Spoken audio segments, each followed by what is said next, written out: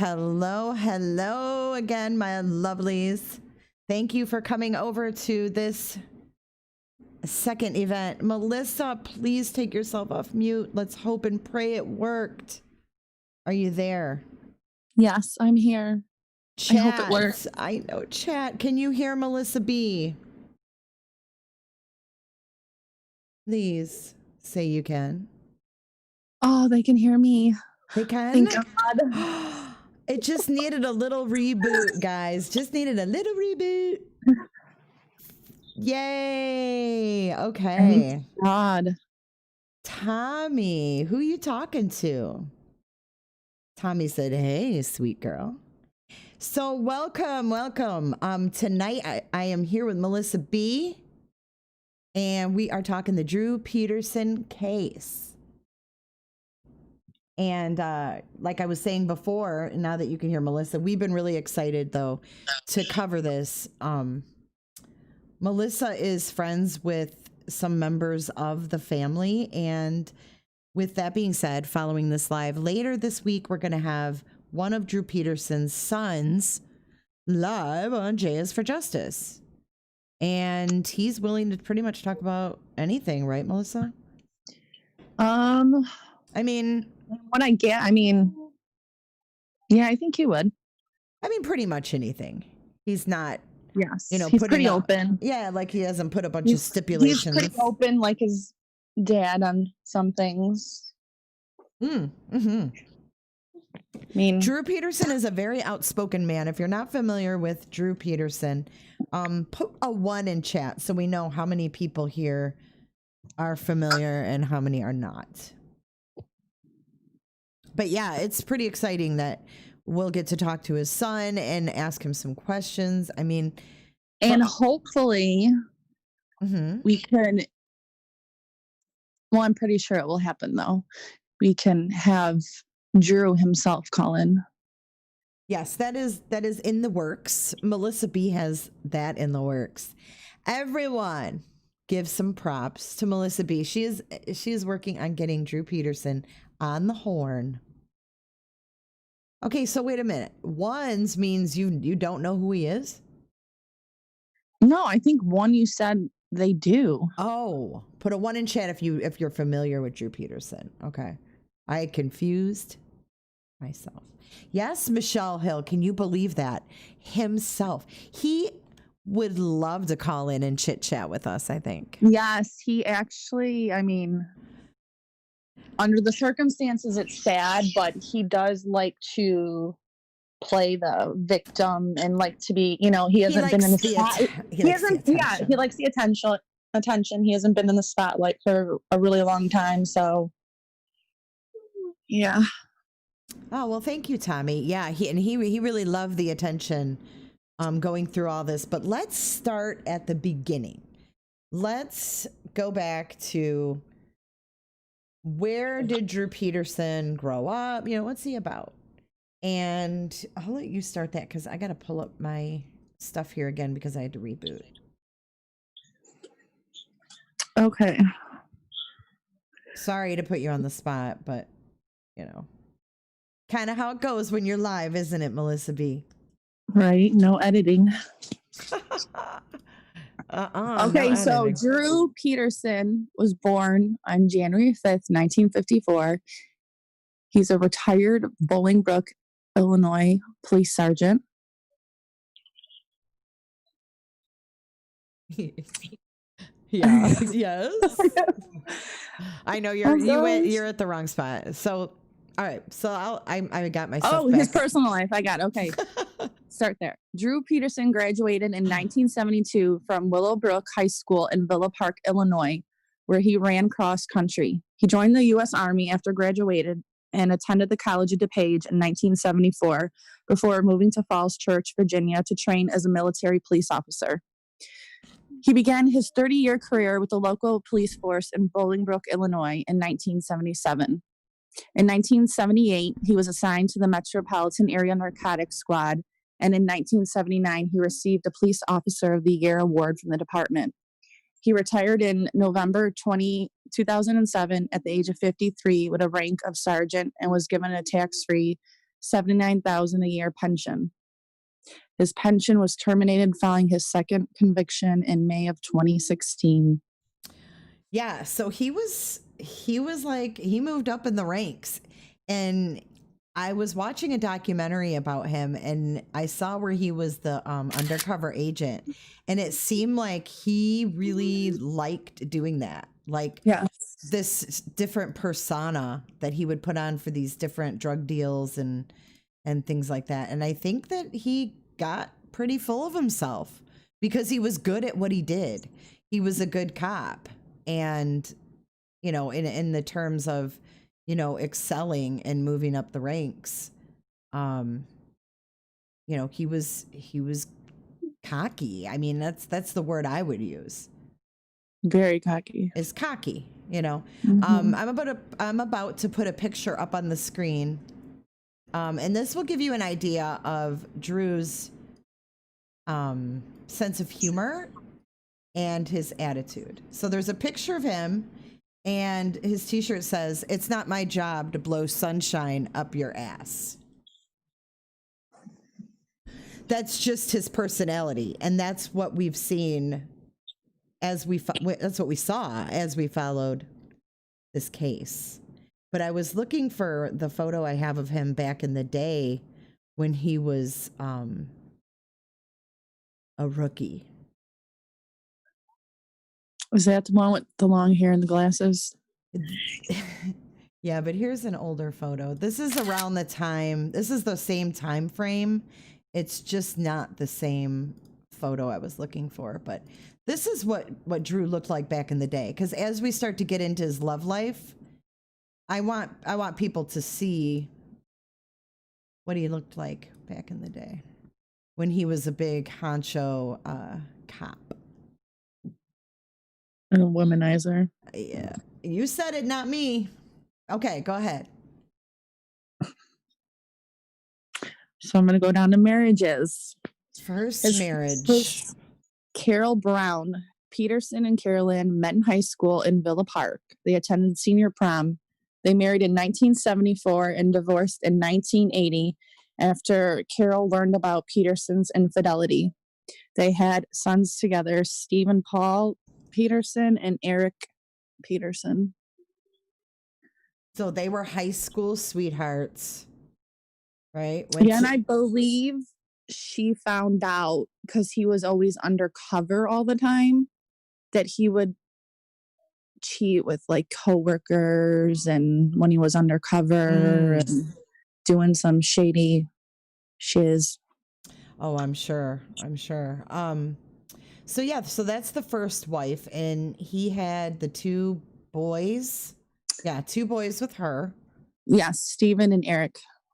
Okay, so then they divorced in 1980. And then he married Victoria, also known as Vicky Connolly, in 82. So for 2 years, he played the field or whatever. They bought a bar together, and they operated this bar in Romeoville. Are you familiar with Romeoville? I know this is kind of in your neck of the woods, right? Yes. Okay. Is that a little town? No, it's not too little. It's a pretty big burb. Does the bar still stand? Do you know? That I don't know. I think it was called Suds. I think, Suds. I wonder if it's still there today. Let's see. Suds Pub. He was listed as the owner. If it's there, you have to go. The owner of Suds Pub with 10 employees until 1995. Does it still operate, though? It looks like it does. Is that Glenwood, Illinois? No, I think it's in... Oh, I said Romeoville. It's in Romeoville. Okay, well, regardless, I don't know if Toluca is in the same area as Romeoville. I never heard of Toluca. I found a Suds Bar and Grill in Toluca, Illinois. Area code 815. So I don't know if that's the same place, but regardless, They ran this bar called Suds, and I saw pictures of Suds, and it's just a little bar. With Little a hole in the wall. yeah, like with a couple pool tables and like dartboards, stuff like that. So during her 10-year marriage to Peterson, I'm sorry, it is pouring down rain here. Like, can you hear it in the background or no? It's so loud. Oh my gosh. Hope I don't lose internet or power. So anyways, they were married for 10 years and they had a history of domestic violence. Her daughter, who lived in the house until she was 17, alleged to this domestic violence during the marriage. Connolly, which is Vicky, told police that during their marriage that Peterson threatened to kill her and make it look like an accident. She divorced Peterson after he started dating Kathleen Savio. Their divorce was finalized on February 18th of 92, and Peterson married Savio only 2 months later. So the first time he waited 2 years, this time he waits 2 months. Then he marries Kathleen Savio. And hold on, I just actually read that Kathleen Savio was also listed as a co-owner of Suds. Yes. So so Vicky and Drew bought Suds together. And then when they divorced, he kept the bar. So then Kathleen ran it with him then. So it kind of the current bar and restaurant under new management, it's called Elmer's now. Oh, it's not called and enjoys a much better reputation than the earlier pub. Is that what it says? Yeah. Oh my gosh. Well, I mean, people probably come in there and ask about it, you know? Oh, I'm sure. So he marries Kathleen Savio 2 months after the divorce with Vicky. And like I said, the bar went with Drew. But there was a lot of money and custody and things involved. So he married her in 92, and they had 2 sons born in 93 and 94. So one right after the other, Thomas and Christopher. Their divorce was finalized October 10th of 2003, and it was reported that between 2002 and 2004, that police were called out to the Peterson house 18 times for domestic disturbance calls. That's also including calls for returning the children late after visitation. So they divorced. It was finalized October 10th, 2003. On March 1st of 2004, Kathleen's body was found in a waterless bathtub. Her death was initially ruled an accidental drowning by a coroner's jury that included a police officer who personally knew Peterson and assured the jurors that he was a good man who would never hurt his wife. Now, after that, he marries Stacy Peterson. Now, he's 49 years old, and he meets this 19-year-old hotel receptionist, Stacy Cales. Now, mind you, she was born in 84. She had a rough, from what I've found, she had a rough upbringing. I believe she was it was a broken home. There was something that went on. I think she was abused or something. There was something where she was off on her own at age 17. I know that. She was working at the hotel and she was supporting herself. So she was struggling, you know. She met Drew, this guy that had a good job. He was a cop. And she quickly married him. So she changed her name to Peterson in 2003 when they got married. She legally adopted Savio's children and treated them like her own. So then they went on to have 2 children. Stacy and Drew had 2 more, Anthony and Lacey. Right? So Stacy was taking care of her 2, and then the 2 that were Kathleen's, right? Mm-hmm. So we have this young girl who walks into this like pre-made family. So she was going to nursing school. And from what we hear, Drew was pretty controlling of her.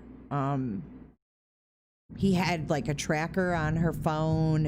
He knew where she was at all times, things like that. What do you know anything more about that part of it? No, just that he was controlling. He always wanted to know where she was, and he did have the tracker on her.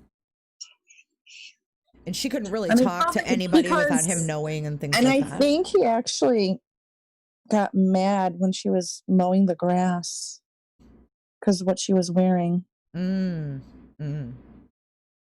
Okay, so back to Kathleen Savio. So he is married to Stacy. She starts to talk to her friends that we know about leaving Drew. You know, she's feeling controlled. She's abused. She's wanting out. So she's starting to talk about leaving him. That is when she goes missing. She goes missing on Sunday, October 28th of 2007. So her youngest was only 2 years old when she went missing.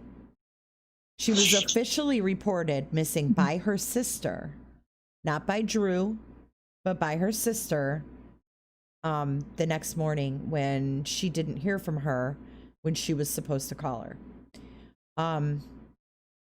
Peterson said that Stacy called him at 9 on Sunday to tell him that she had left him for another man and that she left her to O2 Pontiac Grand Am at the Bolingbrook's Clough International Airport.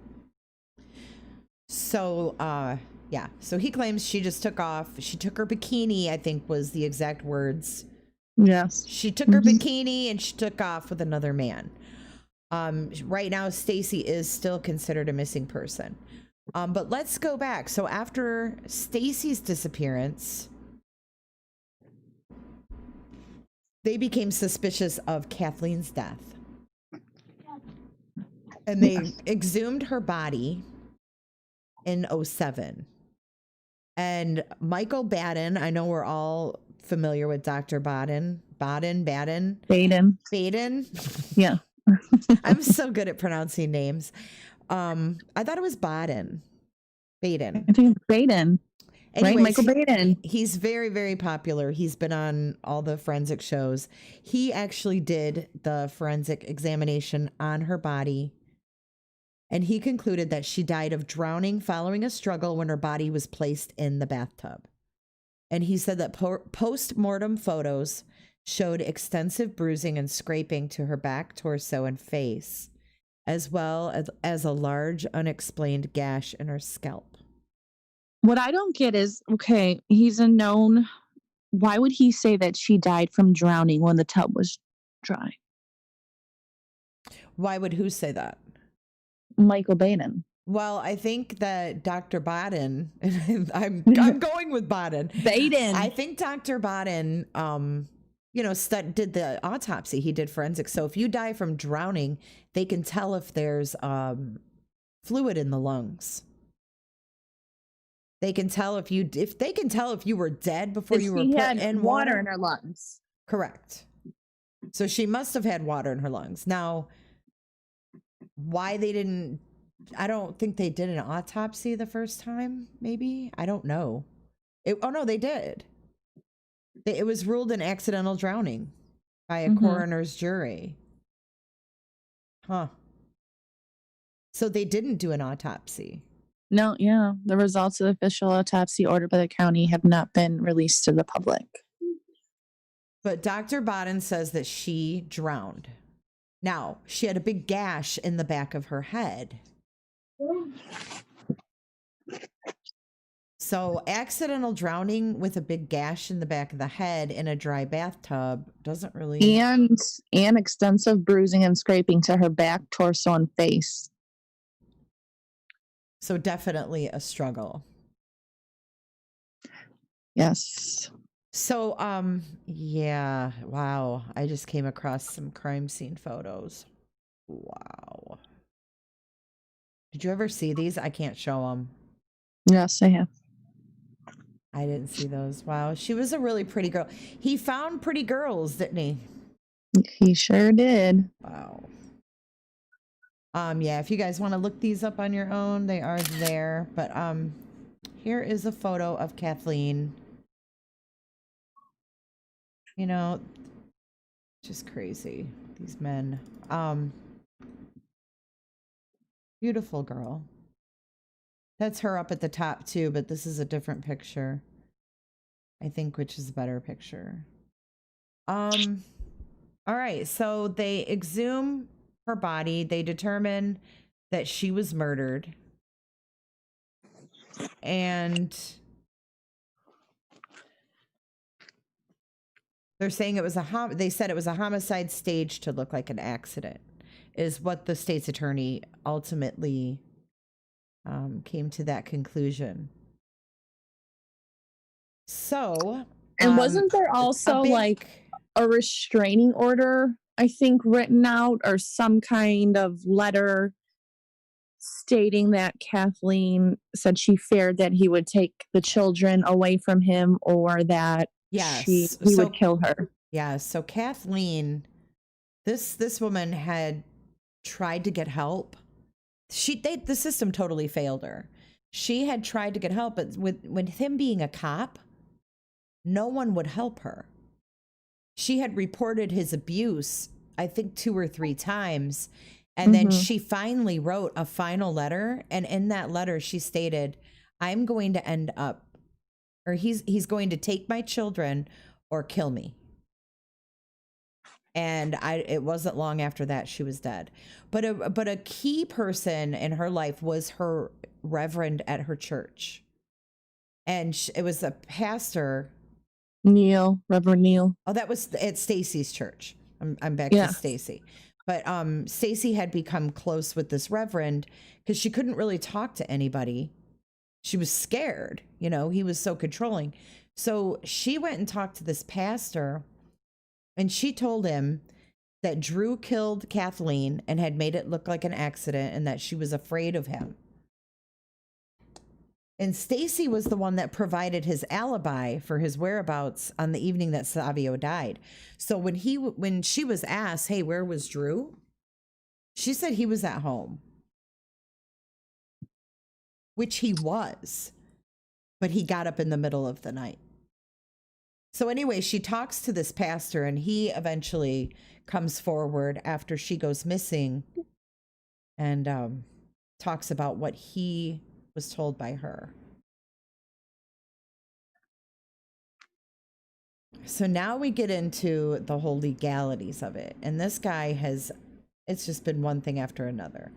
So the leads, you want to talk about the leads that the FBI and Illinois State Police followed? Yeah, I'm just going to read it. Yeah, go ahead. Several leads were filed in the investigation by Illinois State Police with FBI involvement. 4 search warrants were issued and carried out on Peterson's property following Stacy's disappearance, including the seizures of his firearms and both his and Stacy's vehicles. Peterson announced his plans to retire as a Bolingbrook police sergeant effective December 2007. On November 15th, the Bolingbrook Police Pension Board voted to allow Peterson to collect his pension of $6,000. Was it just 6,000? 6, yeah. Yeah. Per month, stating current law gave them no option as he had been convicted of a crime.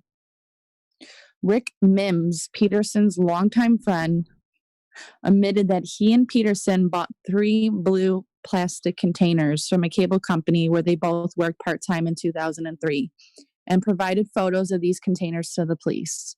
Mims also sold his story to tabloid newspapers for an undisclosed sum of money. Peterson's stepbrother, Thomas Morphy, Morphy, who has a history of drug and alcohol addiction, attempted suicide 2 days after allegedly helping Peterson carry a plastic container from Peterson's Bolingbrook home to his SUV, fearing he may have helped dispose of Stacy's body. Neighbors reported seeing Peterson and another man hauling a 55-gallon barrel large enough to hold a person out of the house shortly after the disappearance. Cassandra Kales, Stacy's sister, said she wanted Peterson to take a lie detector test about his knowledge of a blue container that she saw in his garage 2 days before Stacy disappeared.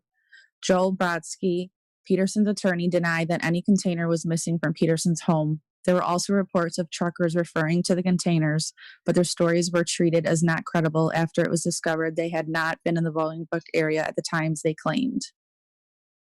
Huh. So there was no blue barrels that were ever found, even though they bought 3 of them.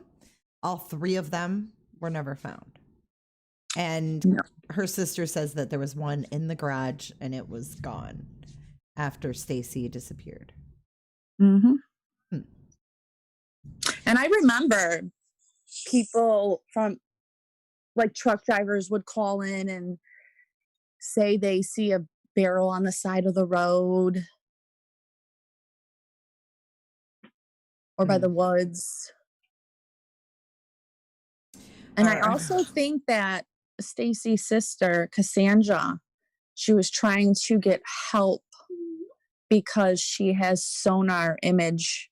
She does. She does. Yeah. I wanted to talk about that after, like, to update everybody, because I didn't realize that all of this had gone on, like, with her sister, that her sister has kept, so much going. But yeah, her sister's been searching nonstop. Yes. But let's go back to 2008. So Joel Brodsky, who was Peterson's attorney, they called into the radio personality show in Chicago, Steve Dahl. And apparently Steve Dahl had been, go ranting and raving about Peterson since the case began.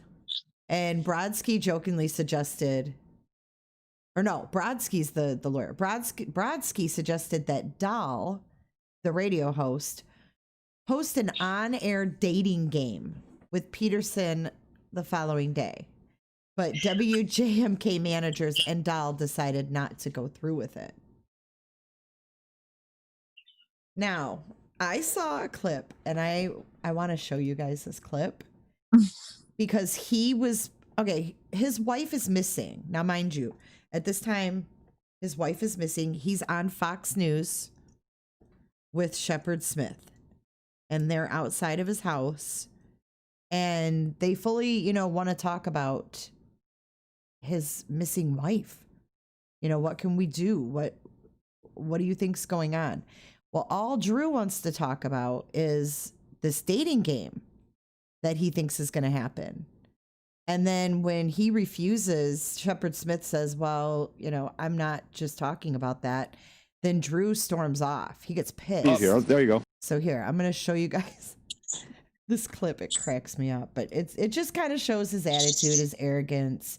It gives you an idea of the media games that he played. And this is only one of very many media appearances. This guy was on, I don't know how many shows at that time. But here is Drew and Shep Smith. Here, there you go. You seem so upbeat. How do you manage to stay so upbeat, given the fact that your wife's been missing for 3 months? Oh, it's just, you do what you can. I'm not going to go hide in the corner and cry about it. It's just like I personally grieve over it. I do that all on my own.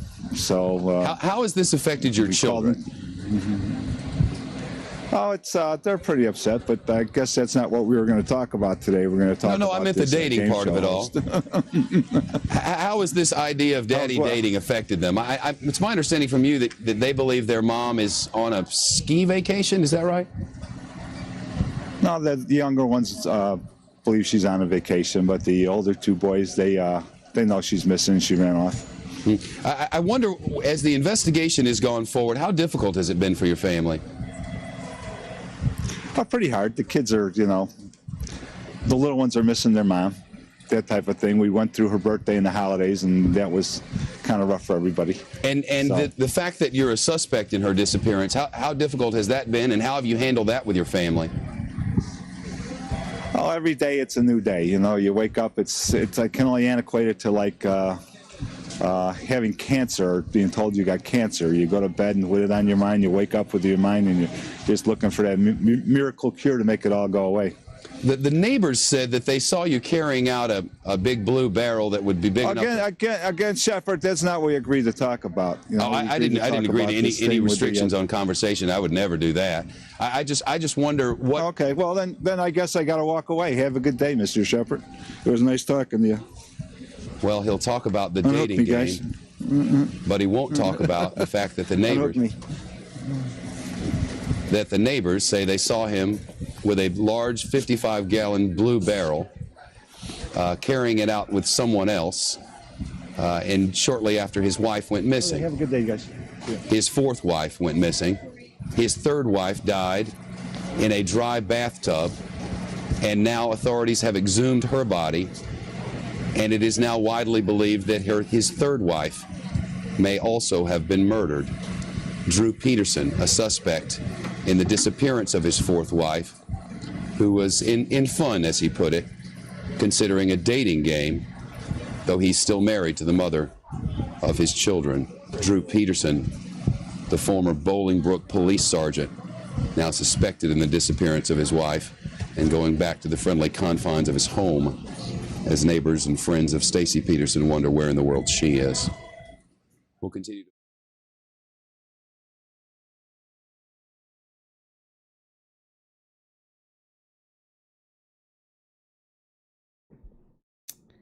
All right. So, yeah, he's a media clown.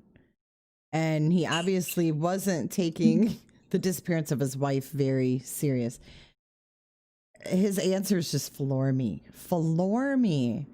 Like, You need to play the clip when he called in from jail to a radio show called Man Cow. yeah, I will. Then we're going to get up to that. We got to go in sequence. So, back to the media. So was that when he called in? That was after he was. That was in 2009. He called in on the Man Cow show. Oh, that was before he went to jail. Or no? No, he was in jail because they were asking him questions. How's the food in jail? And oh, okay. He was sitting there laughing about. I think that's when he first went into jail. He wasn't in prison yet. Okay, so he got engaged that same year too. Yes, in 2008. Yeah, so talk about that, and then I'll pull up the Man Cow thing. He got engaged in December 2008 to Christina Rains. How old was she? She was 23. She would have been his fifth wife. On January 30th, 2009, it was made public that Rains had moved out of Peterson's house. Her father, Ernie Rains, had issued an ultimatum to his daughter out of concern about the way Peterson tried to control her and what he feared Peterson could do. She later moved out of Peterson's home when she came to her senses, calling the engagement a publicity stunt designed to keep Peterson in the media spotlight. Huh. And she did some interviews too. Yes. 23 years old. Liked him young. Yes, he did. All right. So he called into the Man Cow show from jail. Yes. This is in May of 2009. Should I play the whole call? Yeah, because I think that's May 2009. That's when he was indicted for Savio's murder. So that's when he first went in. Okay, yeah. So he was indicted first on May 7th. He was indicted. He called into the Man Cow show on the 27th. So he was indicted over her murder after they exhumed her body and did the forensic testing. And the bail was set at $20 million. And then in October of that year, he sued JP Morgan Chase for revoking a home equity credit line that he wanted to use to pay legal expenses. They were claiming his income of nearly $109,000 per year was not sufficient. Then in July of 2010, Judge White ruled that Peterson would remain in the Will County Jail for the remainder of his trial and his appeals process. Prosecutors argued he could pose a danger if he was released. And then also in July of 2010, it was revealed that hearsay statements indicating Peterson killed two of his wives were not reliable enough for a jury to hear at his trial.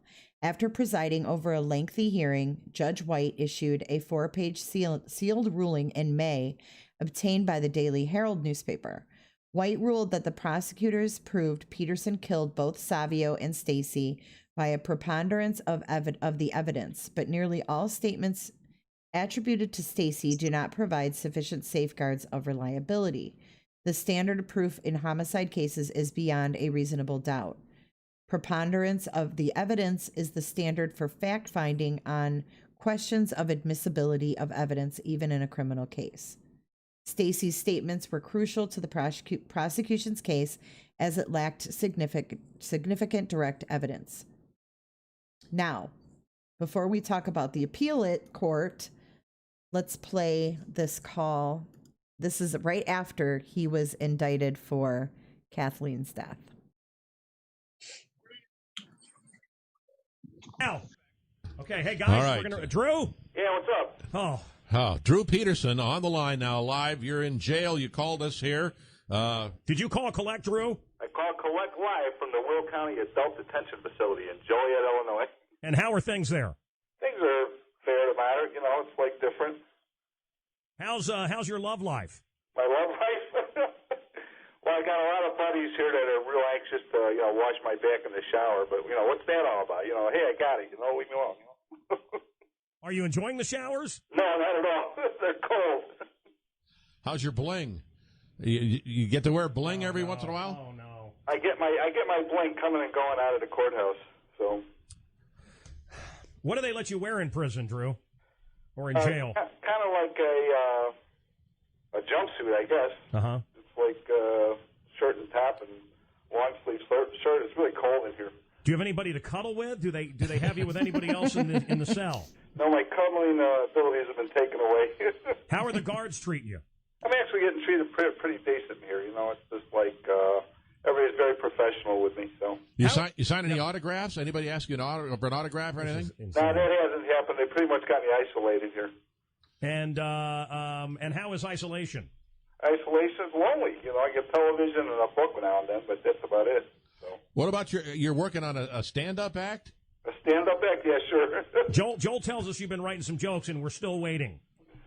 Joel said they've been writing jokes? Your lawyer, Joel Brodsky, said you were going to call collect and you would have some comedy for us. What do you want to hear? The lighter side of jail. Let's test it out on us here. Here he is, ladies and gentlemen, hey, live from the Will County Jail. It's Drew Peterson. Give it up. Hey. No, nobody's clapping. Hey, Mancow. Yes. I know we can't do the date with Drew anymore. Yeah. But I'm thinking what we should do is win a conjugal visit with Drew. Let's do that. Oh my God. Oh my. How's the food, Drew? Well, the food's different. I didn't understand why they had seatbelts on the toilet until after I had a couple meals here. So this is just wrong in every way. So are the guards mean or friendly or what? Oh, professional. I can't ask for anything different than that. I get treated better or worse than anybody else in here. So, Drew, what are some of your other observations? Everything's clean in here. It's a brand new facility, so it's just that's good. I think that's about it. That's your comedy? I thought you were going to get more than that. Give us a joke or two. A joke or two. What do you want to hear? Well, you supposedly are working on You've some got jokes. all this time. I want to hear another one of the funny observations. Observations. Come on, Seinfeld. Seinfeld, I don't know. What about, do you get to watch TV? Yeah, I get TV. Yeah? It's just but I got to watch what they're watching. If I get the lady guards, we have to watch soaps. If the guy guards around, we watch sports, So, Oh my God. And any idea when you'll be out, Drew? Well, Joel's working on bond reduction. They held my bond at $20 million. $20 million for bond. tens of thousands, being falsely accused of a homicide that didn't happen, priceless. Oh, yeah. It's just creepy. It's just weird, man. This guy's sitting in jail calling our stupid. Drew Peterson. This is Drew Peterson live from the Will County Jail. If you're just tuning in, call and collect. He's working on a stand-up act. This is real. All right, give us your A material. What's the best? I think he's done. Have you given us your A material here? Is that about it, Drew, or is there something else? I think you got it so far. I think you got most of it. Okay, are you still going to be developing this act? Yeah, I'm working on it. All right, is there anything else you want to tell the people listening? Well, I miss my kids a lot, and my son Tommy was inducted into the National Honor Society last night. You met him. All right. Fine kids, and some people have given me some heat for being nice to your kids, which I don't understand. It's something, though, that despite the trauma that they're Guilty going or not, through, yeah. he's able to achieve that. You know what I mean? He's able to achieve that despite all the stuff going around him. Right, without a doubt. I mean, exceptional children I got. So, I mean, they're all doing very well, considering the circumstances that we're under. Hey, Drew. Yeah. My wife and other people, around this radio station and people that stop me on the street, they don't understand your sense of humor. And it's like every cop I've ever known or anyone that's an EMT or how would you describe a surgeon? They say, how can he make jokes considering what's happening? What's your response to that? All these cops make jokes like this because what they see is so harsh all the time. It's gallows humor, black humor. It is. Right? It is. All these things are being used against me. It's just like I'm saying I'm taking this light, or it's a very terrible circumstance. But we always deal with circumstances through humor. It's just basically how you survive it, and I'm no different now than I was, when I was working a policeman on the street. So the fact that you're seeing the lighter side of it doesn't mean you're guilty. No, not at all. It just means I'm dealing with it, and that's how I'm coping. So. Have you been praying? I pray all the time, man, Cal. So I'm actually getting a chance to read the Bible now. So. We talked about that. That is Drew Peterson. That's Drew Peterson live from the Will County Jail. He called us collect, and hopefully you will again. You're welcome to any time. Drew, you've been under lockdown and everything else, and you haven't been able to speak. Chicago is listening. The world is listening. I just don't want to hang up on you because it's been so tough to get you on. Is there anything you want to say? Anything else? Just, all the things being a policeman are being held against me now. They keep saying that I'm being held to a higher standard because I was a policeman, but that's fine while I'm working, but now I'm being charged with the most horrendous of crimes. And I think that the law, guarantees me protection, equal protection under the law. That's not happening now. What is the number one thing that you miss being in jail? My kids. I miss... other than your kids, what stupid thing do you miss that we take for granted? My grooming aids, like being able to trim my mustache and nose hairs. But then I'm thinking, I don't want to really look particularly attractive in this place, so... Are you getting extra hassles because you're a policeman? Anything like that? He's being kept away from everything. I know you're being kept away, but have you noticed anything different because you're a policeman? Anybody saying anything to you about your background? No, not at all. Actually, when I walk through, when they take me in and out of court, the other guys being held in different cells are, cheering me on. So that's kind of weird, but that's what's happening. Collect call, Drew Peterson live from jail.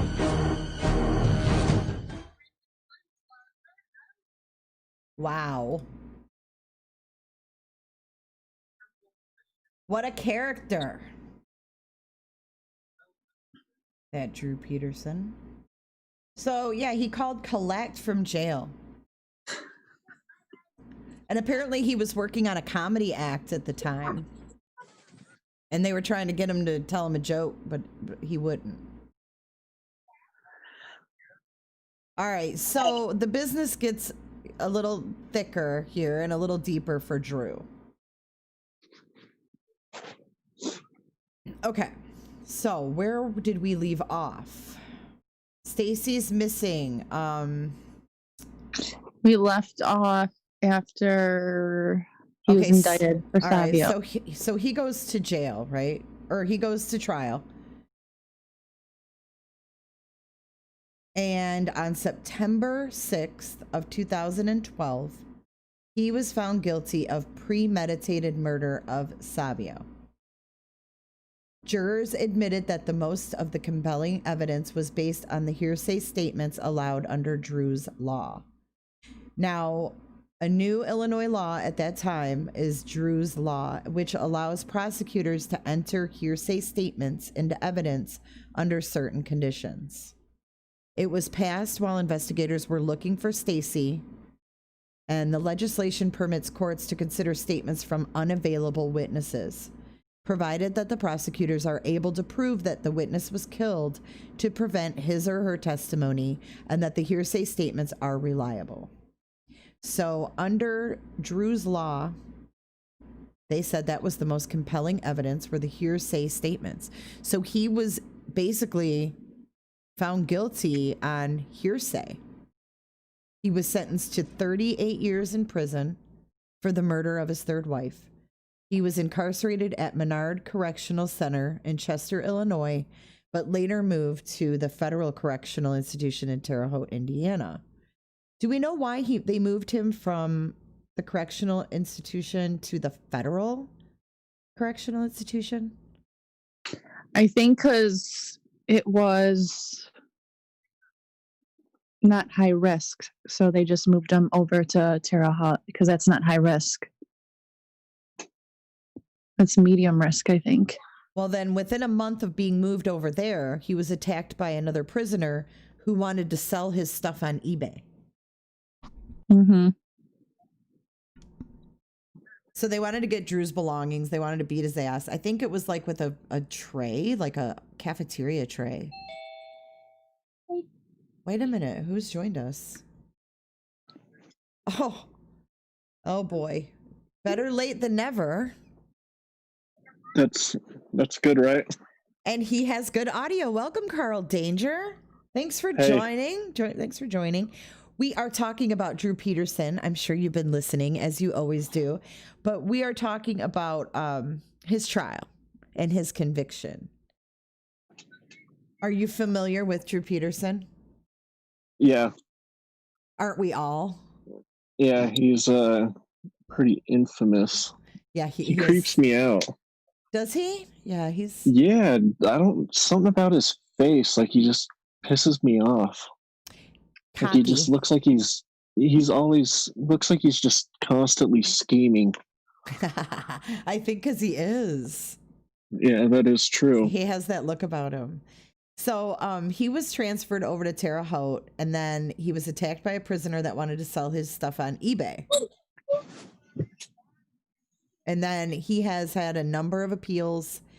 In 2017, the Illinois Supreme Court upheld the conviction. And then in December of 2019, which, gosh, just this past December, he was released from federal custody and transferred to a state facility outside of Illinois, and his location is not being disclosed for security reasons. He's still in Indiana. It says that's all I'll say.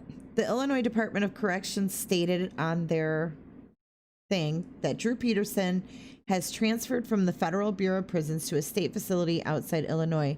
He remains under the jurisdiction of the Illinois Department of Corrections. For safety and security purposes, the department does not discuss details concerning the placement of offenders who have transferred under the terms of Interstate Corrections Compact Agreement. So it sounds like they're saying it's like the Chris Watts thing, like he's still under Colorado's jurisdiction. Yes. But he's in another prison. Okay. He's still in Indiana though. Okay.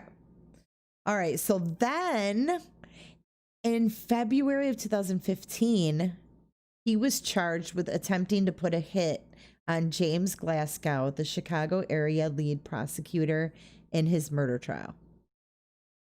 A fellow inmate tipped off prosecutors to the plan, and the inmate wore a wire to capture the evidence against Peterson. So in May of 2016, he was found guilty of solicitation of murder and the solicitation of murder for hire, and he was sentenced to an additional 40 years. The dude don't stop. No. I think being a cop, he'd be a little bit smarter than that. You know, I think all the videos I've seen, Carl, like he just seems like I don't think he ever thought he would have to suffer any consequences. Yeah, even after he was in jail, it seemed like he still thought he was going to get out. Yeah, I think he did. I think he thought he was just fine and, you know, he would prevail. And he didn't. From what I hear, he really enjoys prison. Why is that? It? Yeah, why is that? Yeah. What does he enjoy? Like, why? Like, does he like the routine? Does he like his status in there? What's... Well, yeah, I think everyone, from what I heard, he's like top dog in prison. He's like popular and all that. Yeah. Yes. So he's got this status that he always wanted in prison. So why wouldn't he be happy, right? Don't people hate cops, though? People don't like cops in prison. Yeah, but he's not just a cop. He's a murderer. Yeah, but he killed 2 women. He's not really... It's not like he's like a... I know, but he put a hit on the damn prosecutor. That takes balls. Like, you have nothing else to go for. Might as well, I guess. I mean... Did you read what he did with Jeff Pratcher? No. In 2012? No. August 22nd, 2012, Jeff Pratcher, a witness at Peterson's murder trial, said Peterson offered him $25,000 to hire someone to kill Savio and told him it would be a secret he would take to his grave. Ooh. And that was a friend. Was that a friend of him or who was that? I think so. Crazy. Or a hitman. How do you just talk like all openly and like with someone about killing your spouse? Like, hey, for 25 G's, I don't know. I'd like to think I'd be a little more than 25 G's. Well, they make it sound like it's expensive to have a person killed. Apparently it isn't. Apparently not. It's a little scary. Let me see. So Jeff Proctor was a coworker of his. Yeah, I'm just seeing that in the Chicago Tribune. I was trying to pull up. Oh my God, I pulled up the same exact thing at the same time. Yeah, he worked first one to pop up. He met Peterson at his side job as a cable installer. And it says that Peterson said his only condition was that he be warned before the slaying took place so he could arrange an alibi.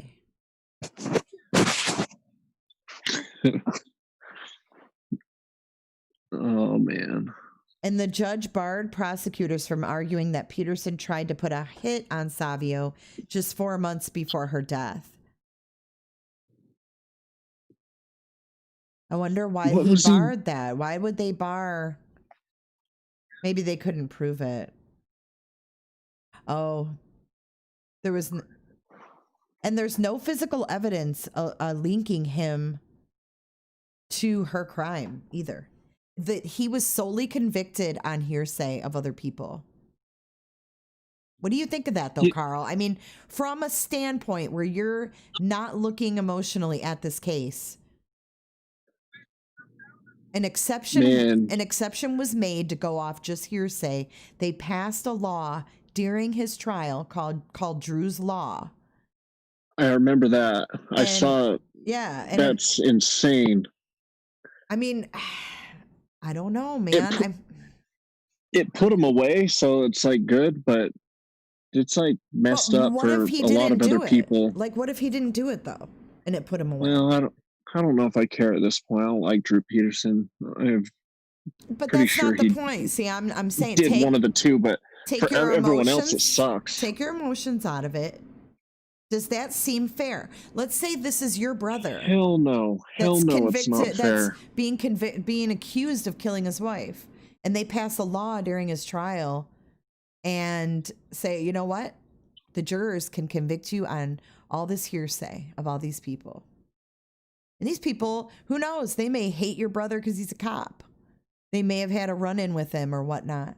And they testify all this hearsay, and he gets put in prison for 30 years. Would you think that was fair? No, hell no. I wouldn't either. I mean, I have to be fair and step outside and say I wouldn't think that was fair. But I was watching that, what is it? Was it on ID channel or Paramount? One of those things where they had the Drew Peterson special, and like his own family didn't seem upset about it at all. Upset about what part? The law being changed and having him thrown in jail. It seemed like they were just cool with it. Like, thank God they got him. Yeah, they made it sound like they were just happy he was gone. And well, yeah, I mean, according to family members that I know, I mean, they think he did it. They think he did it. I'm just saying the whole like fairness of it. I didn't know.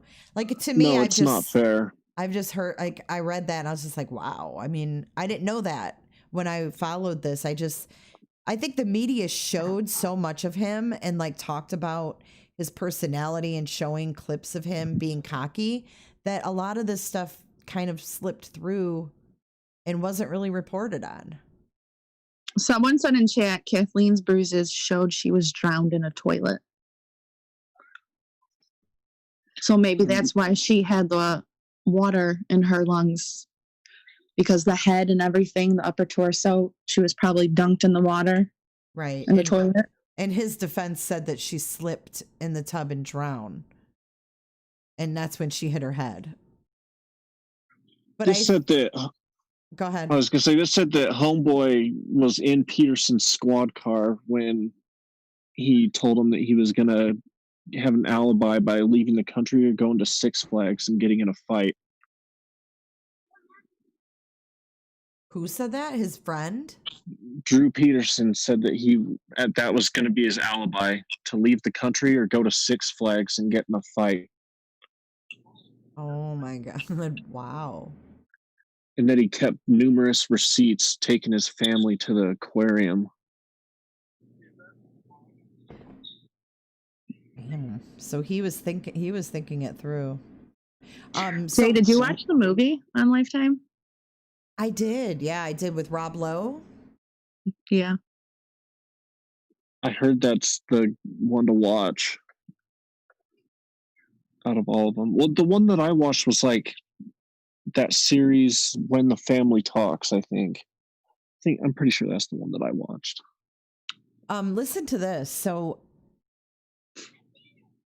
this Proctor says that Peterson was stone-faced and seemed so calm during the 30-minute conversation about the hit. He previously testified that he thought the $25,000 offer was a joke. He said he didn't know what to make of it. Peterson offered no further instructions beyond telling him that he could negotiate the fee with the hitman and then keep any leftover money for himself. Though Peterson told him that Savio worked at Red Lobster, he did not give him a picture, a name, or a home address to put the plan in motion. Proctor said he didn't act on the plan, and the two men didn't discuss it again until 8 months later, when Proctor called Peterson to touch base when he learned about Savio's death. He proceeded to tell me that everyone was doing fine. And then he said, "That favor that I asked you, I don't need it anymore." So I guess the judge didn't allow Proctor to testify because he worked in a high crime area of Joliet, that Peterson asked him to find a hitman. What is that? I don't get that. Yeah, how do they... It seemed like if they're going to accept the other testimonies based off of hearsay, that wouldn't be an issue. It sounds like a bunch of crap with him being a cop. Like this, listen to this. His boss at the time, Sergeant Patrick Collins, testified he relied on the opinion of crime scene investigator Robert Deal and handled the case as an accident. He pointed Falat told, who's Falat? Okay, so Falat was a trooper that was temporarily assigned to investigation. So he was only working temporarily. and he was called to the scene, and he pointed out that there was a used condom in the wastebasket in the bathroom where Savio died. Deal previously testified he wasn't informed of the condom. He didn't see it himself and didn't take it as evidence. So that's kind of an interesting... He must have had dirt on a lot of cops. He must have not been the only dirty cop if he was able to have that kind of pull. Well, he did retire because he got into trouble. So he was working as like an undercover detective, and he was working with drug dealers and things like that. And he was supposedly keeping some of the drugs and selling them, and doing some shady shit. And he got busted doing that. And I think they just kind of let him retire. And he was given his pension even. Didn't he get transferred after that? Wasn't he still a cop after that? Or did they bring him back on like a year or two after that? That I'm not sure.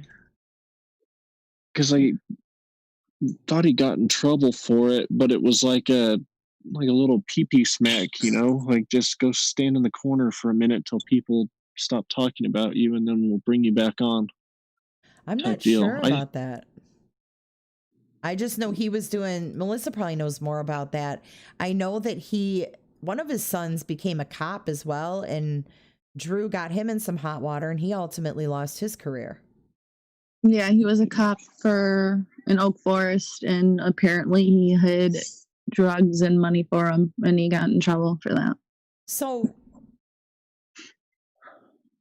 what happened there? Like, what was that all about? Was that beef like right when Stacy was missing, or when while she was missing, he asked him to do that? Yes. But when Drew was a cop, do you know about what he did? I know he did some selling of drugs and money. He kept money from drug deals that were busted and stuff like that. But was there anything else that he did when he was an officer? No, that's pretty much it.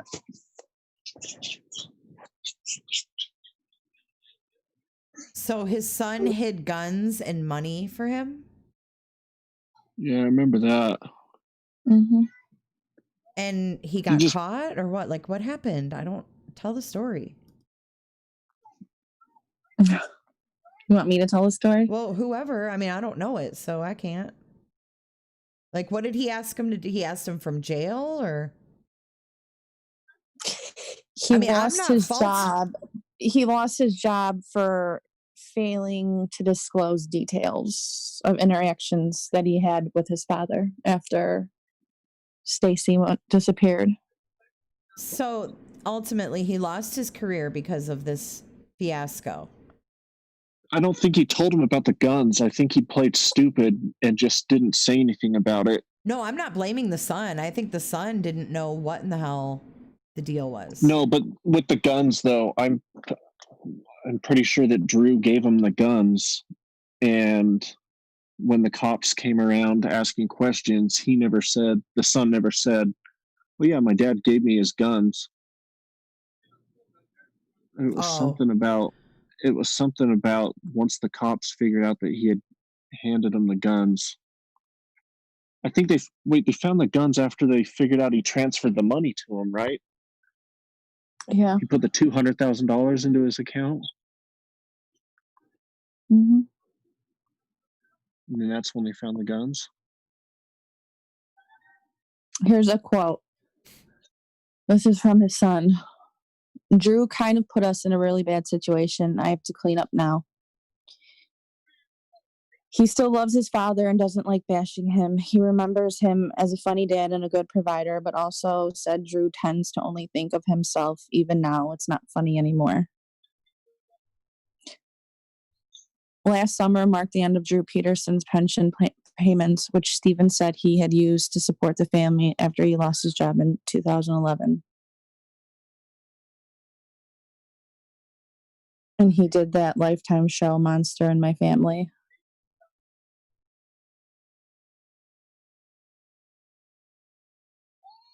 I was just reading, I had a good question in chat. They were saying, what was the hearsay that was used in trial? So I found some of the things that were used against Drew. So one of the jurors was a United States Postal Service worker, a letter carrier. At first, he said that the hearsay law he thought was unconstitutional, but he eventually realized his duty as a juror was only to assess the evidence, not the laws. Oh my God. Yeah, he says, we weren't the U.S. Supreme Court, right or wrong. This was the hearsay law, and we had to use it in this case. So other jurors acknowledged that comments by Mr. Peterson's fourth wife, Stacy Peterson, the comments she made before her 2007 disappearance played the decisive role in convincing them to convict Mr. Peterson. So Stacy opened up to her sister and her pastor, as far as I know. And then neighbors found Miss Savio's body in the bathtub of her suburban Chicago home, a gash on the back of her head.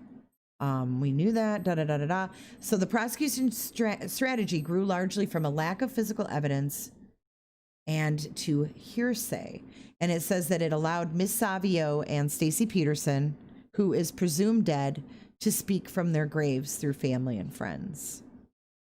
So they let whoever testify, I guess, about this. And it says, here's Eduardo Saldana, a 22-year-old who was on the jury, and he was the foreman. He said the women's comments were extremely critical in deliberations and in his decision to convict Mr. Peterson. He said he was one of 4 jurors who initially had reservations given a lack of physical evidence. But Mr. Saldana said the more he thought about hearsay testimony from Stacy Peterson's pastor, the more compelling he found it. But Mr. Supalo said he had some doubts about the credibility of Stacy Peterson's statements to the pastor. During the trial, Mr. Shorey testified, this is the Reverend, that Stacy Peterson told him weeks before she went missing that her husband got up from bed and left the house at the time of Miss Savio's death and then returned to stuff women's clothing in their washing machine. Mr. Peterson also coached his wife for hours on how to lie to the police. When it was the 11 for guilty and just me holding out, I told them, you all believe Shorey's testimony is gospel because he is a man of God. And they said it is. And this guy said, no, it's not. Mr. Supalo also said he had difficulty coming to terms with convicting someone based on what others claimed someone else said. He said, I'm uncomfortable with the Illinois law that allowed hearsay. They made the law just for Drew Peterson, applied it to him retroactively. If there was no hearsay in his case, Drew Peterson goes free. Defense lawyers have said the presentation of hearsay undercut Mr. Peterson's constitutional rights because he couldn't directly confront his accusers. They tried to discredit Stacy by having a lawyer, Harry Smith, testify that she asked him if she could squeeze more money out of Mr. Peterson in a divorce if she threatened to tell police that he killed Miss Savio. But Mr. Saldana and other jurors said Mr. Smith only ended up stressing that Stacy Peterson knew her husband had, in fact, killed his ex-wife. So, I don't know, man. That's an interesting thing, that hearsay. I did not know that about this case until we got in deeper on this. You know, the government had to have been pretty spooked to go and put that in motion if they were thinking that maybe if Drew got away with it, that there was going to be some backlash, you know? Yeah. I want to address Cheryl T. What other reason? She goes, basically, it was circumstantial evidence. It's done all the time. It's a preponderance of the evidence. I feel like this is a little different than circumstantial evidence, though. This is hearsay. This is somebody else saying something about you, not circumstances or time frames or pings or things precise putting you somewhere where it's circumstantial. You know what I'm saying? I feel it's a little different than that. It's more of a slippery slope. Because didn't Kathleen Savio live like a couple houses? I believe he bought a house right in the same neighborhood, just like a block or two away. And he's a cop, so he wouldn't even think to bring a phone with him for it to even ping. What do you mean? I'm pretty sure he left it at the house, didn't he? That's what I'm saying. He like totally went over there with nothing but those clothes and came back and threw them in the washing machine and got busted. And then I know Steven had once said that as a teenager he would always hear his dad and Kathleen fight really bad at night, and when they would get up in the morning the house was like completely destroyed.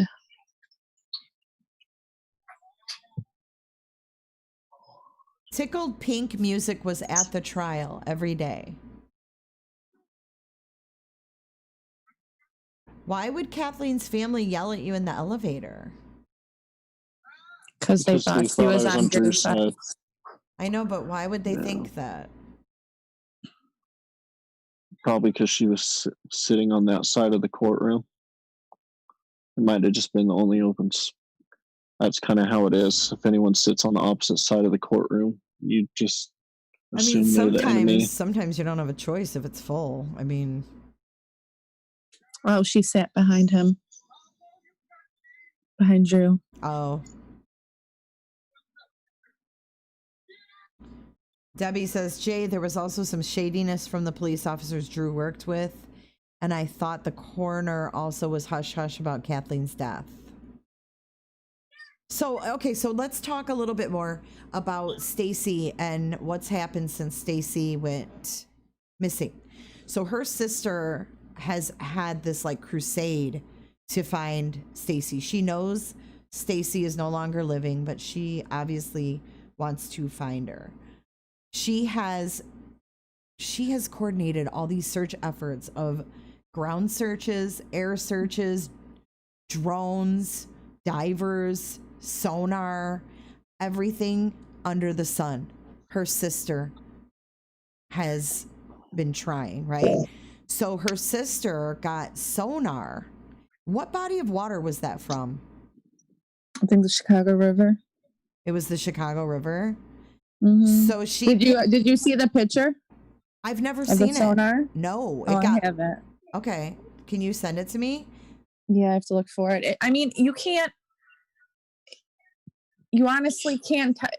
I don't know. She's saying that it looks like there's a body, but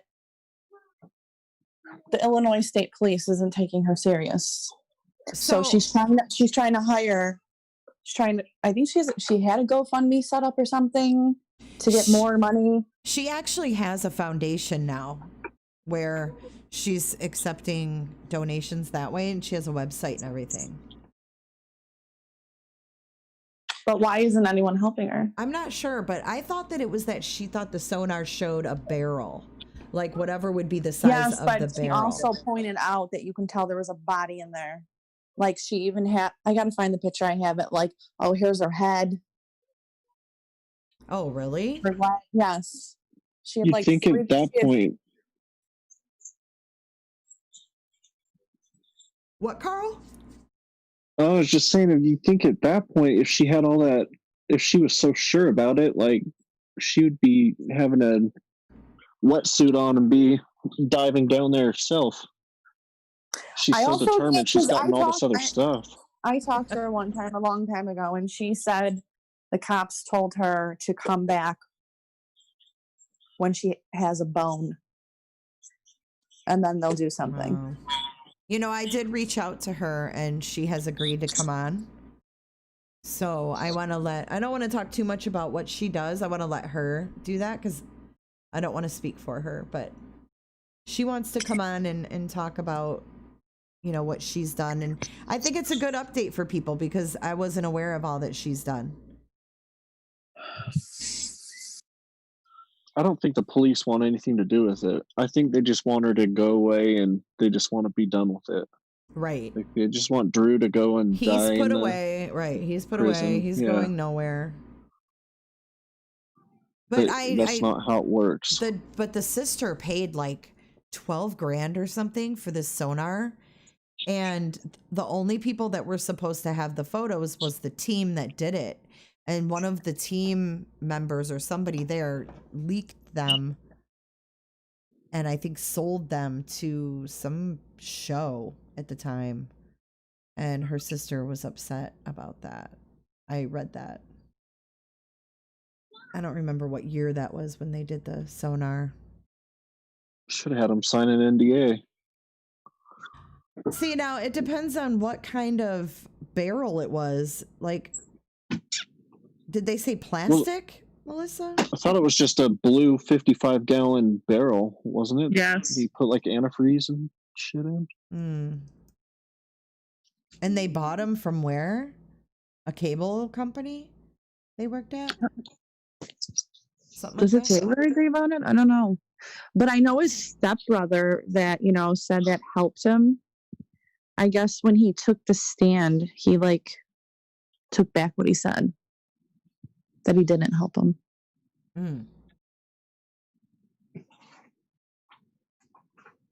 But is that hearsay and that doesn't count? Well, it looks like they searched a canal in 2007 for Stacy. They have boats and divers. A Lockport canal. Attempting to bring something up that was seen on sonar. So maybe they did attempt. I mean, they're not going to keep going out. You know what I'm saying? It's sad. Well, it's sad, but it's true. They're not going to keep going out every time she picks something up or. They kind of talk about stuff like that when they talk about the missing airliner that went over disappeared Malaysian Airlines. Mm-hmm. And they talk about like how much money it costs to fund the search, and they only get paid if they recover something, and then the tabloids and the news, whoever else would want to buy photos. So if they're just going out, at some point they're just losing so much money that whatever they're going to make won't even matter because they'll still be in the hole. So these people just dump out and don't want any part of it after a certain amount of time. But I wonder if like that Texas EquiSearch, that's like the most famous one to me. Yeah, but there has to be more than she that. didn't team up with them. I mean, how long have they been around? They've been around for a long time. I know that he started EquiSearch a long time ago because his daughter was killed. That was what she went missing. She was like kidnapped or abducted, and she was found murdered, and he was on this mission to help other people that had missing people. And that was why he started EquiSearch. And I think that happened, God, it was 90 in the 90s. He started it up. And it was first started with just horses, but now like they go all over on four-wheelers and everything. But I don't know if she's even spoke to them or anything like that. But here, I found it. I found an article about his stepbrother. Okay. I thought he took back what he said, but he didn't. Hold on. Drew Peterson has dismissed his stepbrother as a druggie, a drunk, and a liar. But Thursday, Thomas Morphew took to the witness stand, composed, serious, and unflinching as he recounted the night that he says he helped Peterson remove his wife's body from the couple's Bolingbrook home. In the courtroom, Morphew testified that he carried 2 heavy blue containers containing what he thought was Stacy Peterson's body out the front door of the house and into the back of Peterson's GMC Denali. Afterward, Peterson turned to him and said, "This never happened." "I won't tell a soul," Murphy said. He replied. The dramatic testimony came on the second day of a special pretrial hearing to determine whether to allow hearsay statements in the murder case against Peter. 3. He acknowledged he has been diagnosed with bipolar disorder and battles of manic depression. He admitted to using drugs in the past and being treated for alcohol abuse, but he said his memory was clear about the morning of Saturday, October 27, 2007, when Peterson allegedly drove Morphy to an industrial park and on the way asked Morphy, "How much do you love me?" "I said, I do," Morphy told the court. "He said, enough to kill for me?" Morphy said he replied it was not something he could live with. "Could you live with knowing about it?" Peterson allegedly asked. "I always assumed you killed Kathleen," Morphy said. He told Peterson, to which Peterson allegedly replied, "No, I would never hurt Kathleen. She was a great mother." Morphy said Peterson then told him Stacy was cheating on him and wanted a divorce. He said she would take everything. He would have to continue to work for the rest of his life. He said Peterson told him he would give him $200 to rent a storage unit under Morphy's name and store a container there. I said, "What about the smell?" Morphy said. He said the container would be airtight. Peterson allegedly said Morphy could check on the unit from time to time to make sure there was no odor. Peterson would return in 6 months after the smoke cleared to take care of it. If something happened to Peterson during the time Morphy had testified, Peterson allegedly told him to drop it in the canal. Morphy said that he later called Peterson to tell him he couldn't take part in the plan, but Peterson still picked him up the next day for help in removing the container. Morphy, who said he tried to commit suicide shortly after helping Peterson remove the container, blamed it on his mental state at the time. "It is the most traumatic thing that ever happened to me in my life. Things were coming at me pretty quick." Peterson's adult son, Eric, also testified. Eric Drew Peterson testified that while spending the weekend at his father's home in 1993, Peterson dragged Savio, who was screaming for someone to call police, to the front door by her hair and arm. God.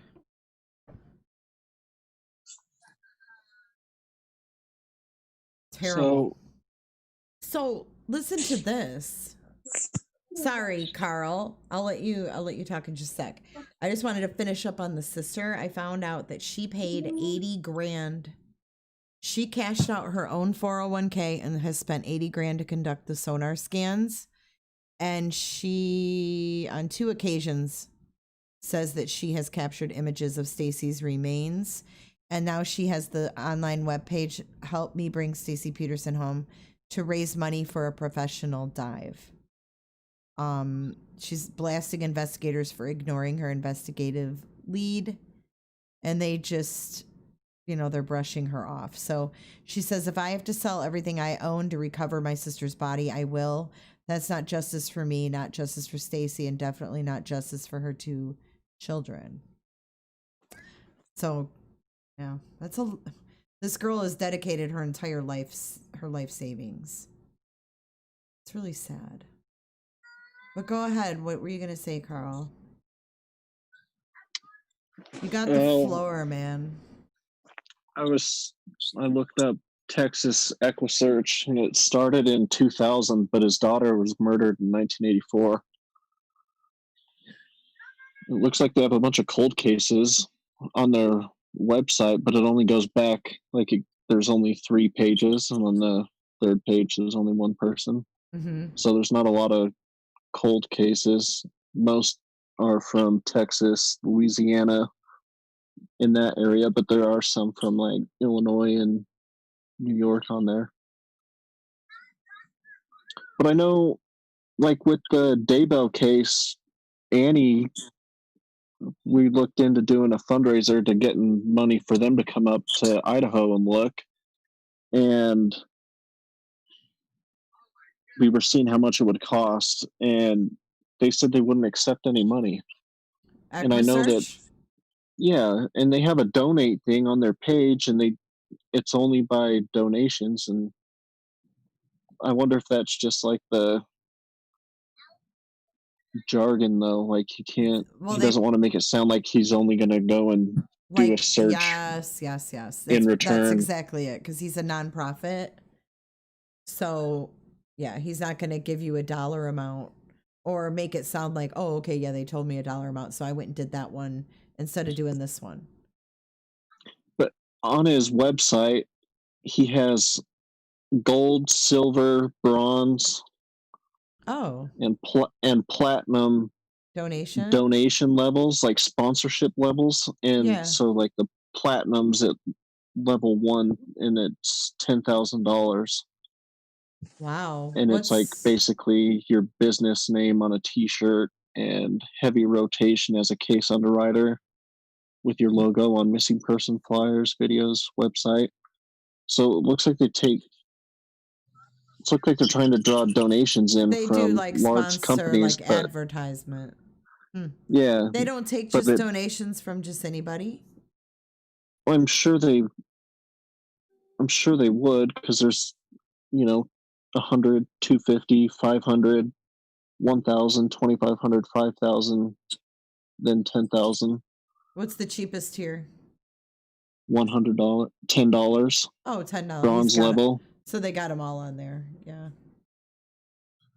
So you just pay them what you can. I mean, they don't even expect money. If there's someone missing, they'll just go. Yeah, I think you donate $10 to $50, and they give you a Texas EchoSearch sticker for your car, like a bumper sticker. Oh, that's cool. So, kind of like it looks like fundraiser. Like each package gives you T-shirts or I don't know, some sort of thing, but it doesn't say anything on here about having anything to do with Stacy Peterson. Yeah, I don't know if Texas EchoSearch got involved. I don't know where they would have even began. I mean, the last place she was seen was at home. Or what? It seems like these guys get involved with like recent, someone might still be alive. They get out there and they're looking, but even after, it doesn't seem like they're out there. No, they do recovery. I wonder if they ever went to the storage unit. Who? Well, the stepbrother had a storage unit. And the blue barrel was supposed to be in there. I don't know. They had to have. I don't know. The cops did a really good job at not giving a shit. Or a witness see Drew and another man with the blue barrel on the side of the road? I just know that the neighbor saw them removing one from the house. But why did the stepbrother try to commit suicide 2 days later? Because he said he felt guilty knowing if that was Stacy's body in there that he helped dispose of. Right. But then he got on the stand and didn't do it. Well, I guess they didn't listen to anything he said because he's a druggie, he's bipolar. So they discredited him. Yes. They discredited him. Mm-hmm. Yep. Drew gave him all the dirt on him, and they used all the dirt that he had and used it against him. Well, what's shady too is like the defense does that to their own people. Like they're trying to avoid being prosecuted, and so like if a family member is the only source, like they'll discredit their own family member, make them look like a piece of trash. Sure. Just to throw that out. Just like to do their job. I've personally seen it happen. I've personally seen it. Yep. But so listen, I'm reading here too that neighbors also said that there was a blue barrel in his backyard that was missing. He had 3 of them, right? He bought 3 of them, but the sister says there was one in the garage. The neighbors said there was one in the backyard.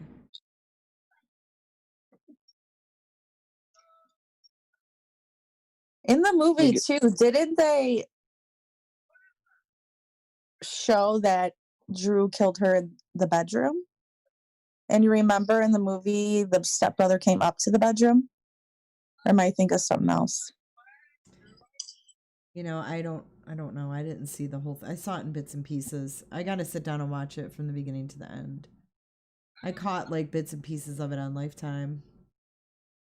But yeah, I just remember him killing the previous wife, them showing the details on that. But then when it came to Stacy, she just like vanished. They made her just look like she just vanished. Right. And he said she took her bikini and she went off with her new man. Yeah. And left her 2 little kids that were like 2 and 3 or 3 and 4 or something like that at the time. Yeah, they were little. They were little. Anthony, it's so sad. Anthony and Lacey. So is it true? Do we know if it's true that Drew Peterson called in sick on the night that Stacy disappeared? I've never heard anything about that. Neither have I. He's an alibi man. Mm-hmm. Seems like that would bust his alibi. I don't think he would do something like that. He was home. Like, didn't he get out of bed, change, run over there, do the deed, come back, throw stuff in the washer, and she had like gotten out of bed and she saw him and she went and got back to bed and pretended like she was asleep so that she didn't have to. Somehow, like, he found out, and she that's when they had to have a conversation about coaching and all that. I don't know. I don't remember. I don't know. Who is raising Stacy's children? Stephen Peterson has custody of Anthony and Lacey. So how old are they now? And they still live in the same house. Oh, they do? They live in the family home? Yes, that Drew shared with Stacy. Oh, wow. So how old are those kids now? I believe Anthony's 16 and Lacey is 15. Wow. Yeah. Those kids know some stories. Well, they were little. They were only like 2 and 3 or something like that. I know, but just from hearing the family, speak. Do they know everything, Melissa? Do you know if they know like everything that happened, or? Yeah, they know. They do. Mm-hmm. They don't. He writes letters to them, but what a weirdo. Wow. That's gotta be really hard, especially for. Oh, Anthony is 17 and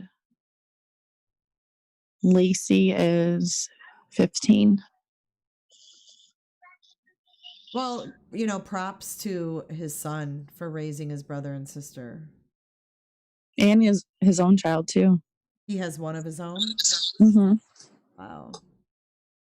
Yeah, I mean, props to him for... Oh, how weird. Lacey Peterson? I know, right?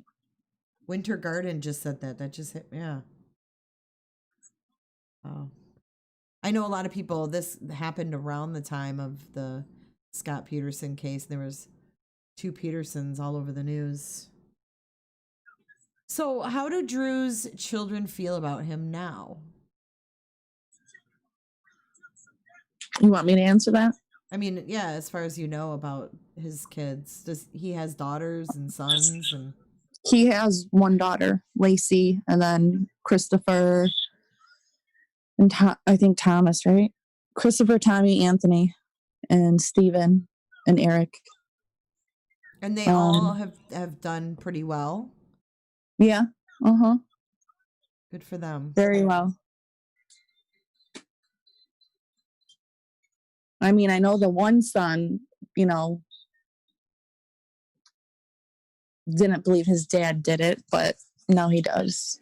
Yeah. I mean, that would be something really hard to swallow. I can't imagine what those boys saw growing up. I did watch an interview with one of his sons on, I think it was an A&E documentary, and he was talking about a night where Drew and Kathleen were fighting, and he said that him and his brother could just hear Drew just demolishing things in the house. Like, he said it sounded like a train was going through the house. And I think that was Steven. And I think of little kids, up in their rooms hearing this. That's so scary. And then for everything else that happened following that, they've been through a lot. And no, Drew does not get pension anymore. Mm-mm. They cut him off in, I think, 2016. And I know the only wife he didn't abuse was his first wife, Carol. All he did was just cheat on her. But he didn't. And let's also talk about the fiance he had in between the first and second wife that ended up not marrying him. Oh, was her? She's a Kyle? blonde. She's a blonde. Kyle? I think her name was Kyle. Her first name is Kyle? I'm pretty sure. Well, anyways, she was abused by him, she says. And she wanted out of the relationship. They were engaged. And she said, I don't want anything. I don't want any money. I don't want anything in the house, blah, blah, blah. I just want out. And Drew didn't contest and they separated. But I think a lot of it had to do with the fact that she didn't want to take anything from him either. Kathleen, their divorce, you know, she was getting half. She was getting half of everything. Custody of the children, you know, all that. And she got all that. And then she ended up dying, 2 years later? Yeah. Her name was Kyle. And remember, she said that he would write her parking tickets. Oh, yeah. And they would never leave them on her car. Yes. So then there was a warrant out for her arrest. And she got arrested for tickets she didn't even know about. Because I think he said something like, don't fuck with me. Yeah. Mm-hmm. Yep. And she ended up arrested for tickets she didn't even know she had. Crazy. And I think she went back to the house. I remember she was saying to get like some of her belongings and stuff. And he was like calling her names. He pushed her over the coffee table. Mm-hmm. He sat on her and straddled her with his legs. Mm-hmm. He held her arms down with his legs. Mm-hmm. Yeah, I just watched that the other day when she described that, and I thought of Kristen Shenan when she said that, because that's how I picture him doing. And she was young too, I think, because they were all younger. Yeah, he already had Eric and Steven, and I think she was 20, and Drew was 27. Damn, he went for the young ones. Gross.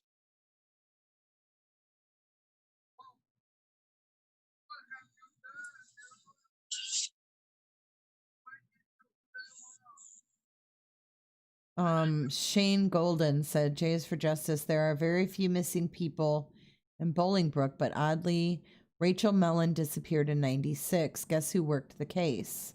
Always believed he was involved as well. I've never heard that name, Rachel Mellon. Have you? Mm-mm. Never. It's like a Ted Bundy thing. I know, that's what they were saying back then. They were like, is he a serial killer? Blah, blah, blah. Well, I mean, he possibly could be. I mean, well, Bolingbrook it's not that big. It's like 30 minutes from me, or like 25 minutes. But Rachel was only 13. I'm not sure that Drew liked him that young. Well, I wouldn't put it past him. But I'm reading Rachel's story. So she was 13. She stayed home from school because she had a sore throat, and she was kept company by her unemployed stepfather, Vince Mellon. Oh, wow. Right. According to Vince, he and Rachel played video games before Rachel decided to take a nap. Vince then decided to take their dog for a walk in sub-zero temperatures. He left the door unlocked while he was gone. The dog escaped from his leash during the walk. Oh, what a travesty, which caused Vince to be gone longer than he intended to be. When he got home, he did not check on Rachel. 3:15, Rachel's half-sister gets home from school and realizes that Rachel's not in her room. Rachel's mother returns at 5 p.m., realizes her daughter's gone. They were called at 6 p.m., and Vince has been a longtime suspect in her disappearance. He had scratches on his body after her disappearance, which he blamed on injuries he got while repairing his car. He also has a long record of domestic violence and his failed lie detector test. I don't think Drew Peterson had anything to do with Rachel Millen. I think the stepdad right there. We also had another missing mother around the same time with Drew Peterson, and that one lost attention because of Drew Peterson. Her name was Lisa Stebick. She lives in Plainfield, and that's kind of close to Bolingbrook, too.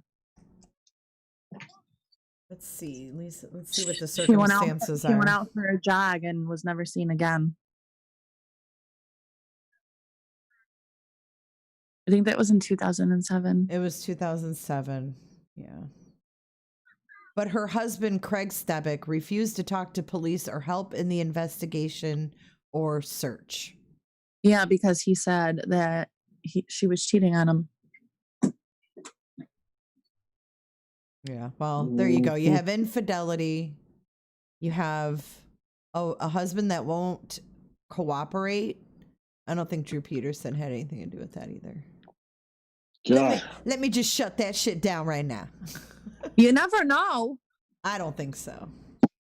I don't know how men get away with shit anymore. Like, well, seriously, how do they get away with anything? But do they? They shouldn't be. No, they shouldn't.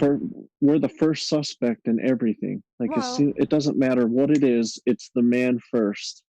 It's immediately the spouse, all the attention's right there. It's the spouse or the significant other first. Or the dad. And it just so happens that men kill more than women. It's not a prejudice against men, Carl. Well, I mean, men are trash. We know that. I'll accept that. Pretty much.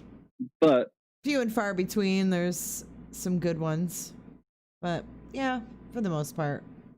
How someone put it like kidding. Someone put it pretty good about like genes and DNA and all that, and how long it actually takes to remove certain things from your DNA, like your psychological, that can be passed down from generation to generation. And like, we're not that far removed from when we used to just all kill each other over nothing. So it's like we're improving as a society, but men are still trash in 2020. Maybe 30-20, we might stand a chance. Maybe. We're pretty far behind. My question is, though, someone put something about the movie. Why did they pick Rob Lowe? I don't know. Maybe because they he's thought good looking, man. Well, I think he looks nothing like. I mean, the acting was horrible, especially when the scene where they lifted the garage. See, I have to watch it full. I didn't watch all of it. No, not all men are trash. We were just kidding. It's a joke. It's a joke. Don't take it out of context. I am a man. I'm a man. I'm a man. Yeah. A key witness also said the blue barrel was warm to the touch. Who touched it? The stepbrother? What were they touching it with? Oh, the stepbrother said it was warm to the touch? He didn't say that. Why would it be warm? I mean, if it was in the garage, it might be like room See, 10. She said yes. Ridiculous. Oh my God. Tickled pink. What did he say when the garage door lifted up? He said something really cheesy. Like some CSI Miami Horatio, put the sunglasses on, explosion. I was like, you gotta be kidding me. It was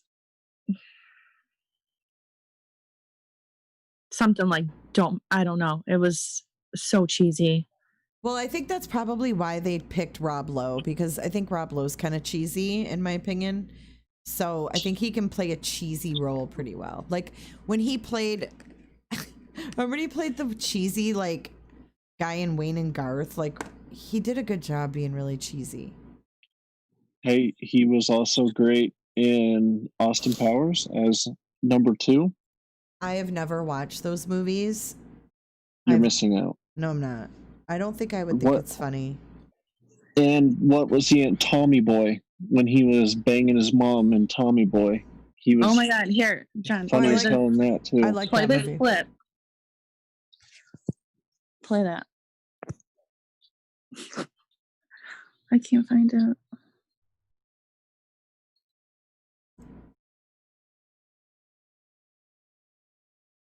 Yeah, see, he was sitting in his patrol car with another guy watching Stacy mow the lawn in her bikini top and shorts.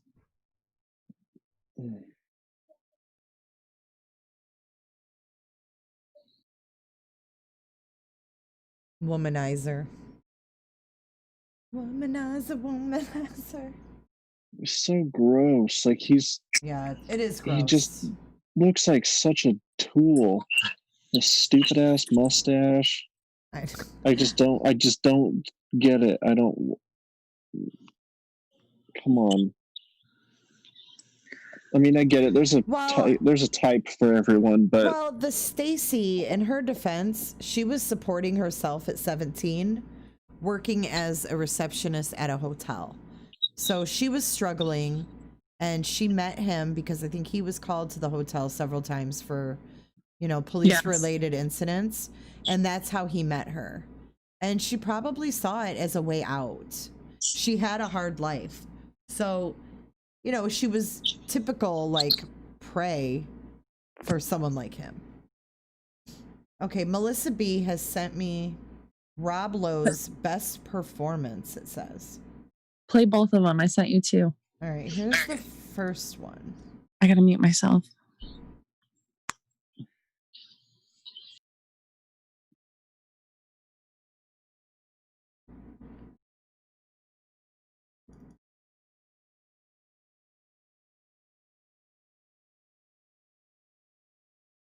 All right. I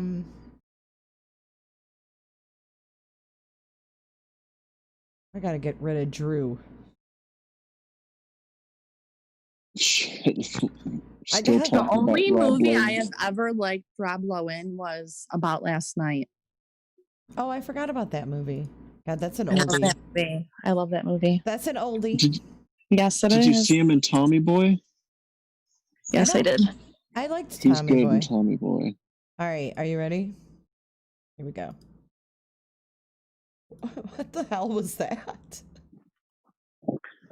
I don't see anything. Terrible. Well, a typical Lifetime movie. All right, let's see this other clip she sent.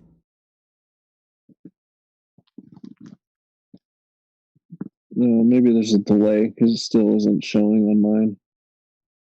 Really? You must be really, really far behind. All right, here's the garage. Carl, we can hear you yawning. I know we can hear you while I play my clip. You're yawning. That's all right. You're not allowed to yawn. Long day. All right, here's the garage clip.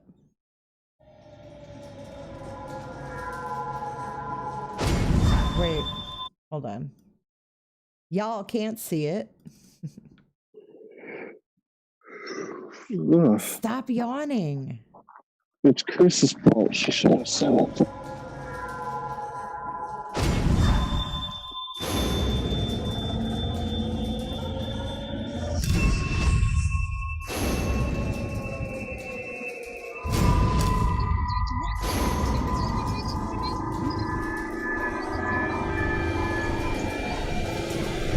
I'm untouchable, bitch.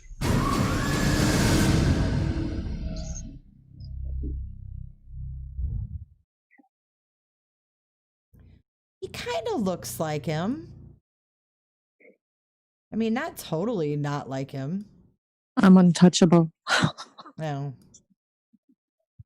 I don't know. I got to watch the movie in its entirety before I can judge. Now I want to go watch it. He doesn't look like him. Where can we watch it? Like on demand, on Lifetime or something? Probably, yeah.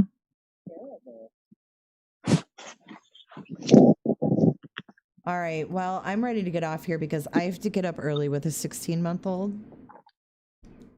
My life the past 6 days has been a lot different. When does she go home?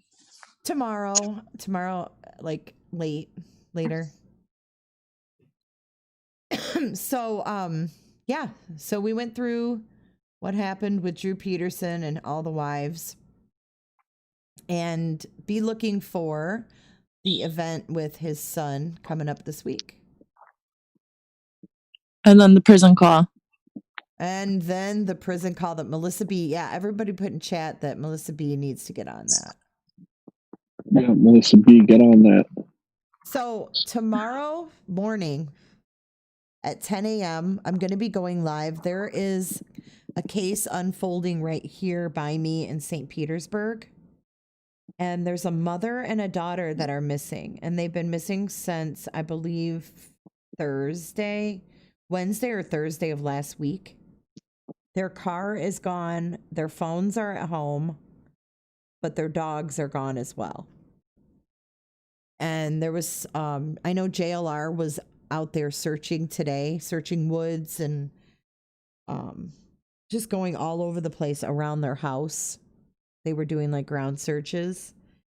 And I talked to the sister today of the sister-daughter of these two that are missing. And she's going to come on tomorrow morning at 10 a.m. and talk a little bit about what's going on. And if there's anybody in the area, you know, maybe somebody saw something or knows something. So they left their phones at home, but took the dogs? Yes, the dogs are with them and their phones are at home. So you can kind of think two ways. You can think that something happened to them, or you can think maybe they wanted to disappear and they left their phones. Now, the sister and the daughter of these two says that there's no way that they would just disappear. But I don't know all the ins and outs of it yet, but we'll find out from her tomorrow. So 10 a.m., I know it's early. I'm not usually on that early, but I will be. She's out there busy. She's done a ton of interviews today, and she was exhausted. I invited her to come on tonight, but she was tired, so we decided on the morning time. Is Drew in prison without parole? Kim wants to know. I don't know. He got what, 38 years and 40? Well, yeah, I don't think he gets parole hearings. Anyways, what were you going to say, Carl? Were you going to say something about the missing people? Well, first I was going to say, well, second I was going to say, I don't think he has parole. But first was, I haven't seen anything about like there being a boyfriend, fiance, ex-boyfriend, ex-husband, like any man in the picture that would be a suspect. I got a name today of a man, possible stepfather, but I want to confirm that with her sister because I can't find any like proof of that. So I'm going to ask her about that tomorrow, but I did hear that there was a possible stepfather with a pretty extensive criminal history, but I haven't been able to dig deep enough to confirm it. So until I do that, I don't want to say his name or anything. But, you know, it's just weird. People don't just drop off the face of the earth. And there's so many surveillance. So they're asking for surveillance. Okay, I will. They're asking for surveillance cameras from like neighbors around and stuff. They're collecting those right now. So there was a lot of police in the neighborhood today when JLR was out there. I think people are weirded out by the fact that like you can get your Ring and your, what's the other name of a Ring camera for your doorbell and whatnot. But you can set it up so that like the police can access it. If someone goes missing, like the police can access your Ring from a certain amount of time. So that they don't have to go around knocking on door to door, asking permission. And then if no one gives permission, you know, getting a warrant, they can immediately have access to an entire neighborhood of Ring cameras and see.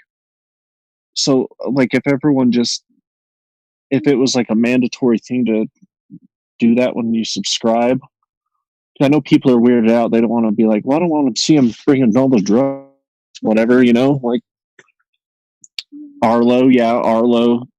Isn't it could be one, but Arlo's a little bit different. It's Vivint. Vivint is a huge Mormon underground MLM. Don't even get me started. Okay, we won't. Isn't that what they use? Isn't that what Watts used? Yeah, Vivint.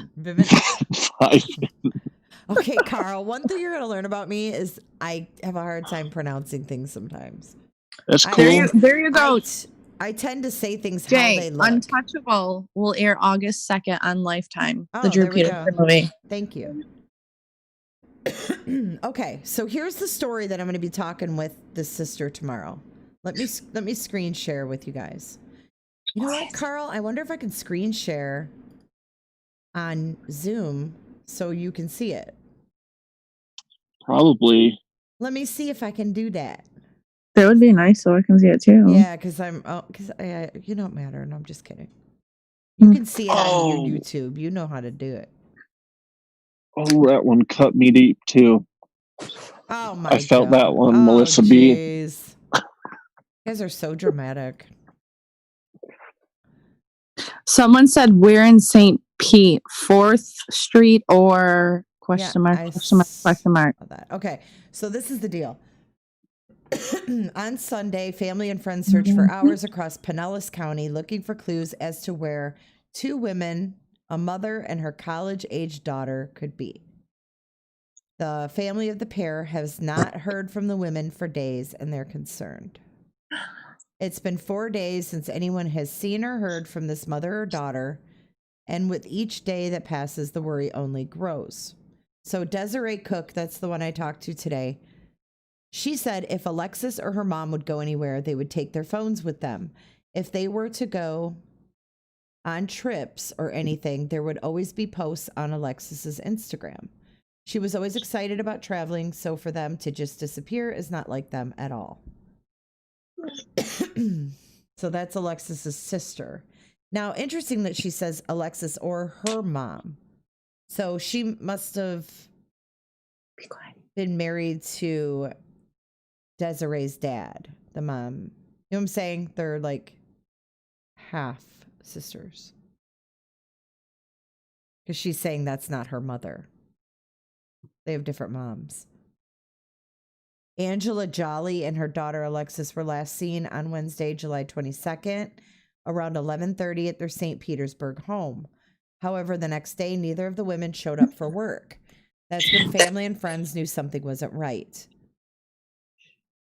Now, the mom, Angie, works at the VA hospital in St. Petersburg. She's a nurse. So one of her coworkers said when she didn't show up, it's not like Angie because she was very dedicated to her job. So that was the first concern.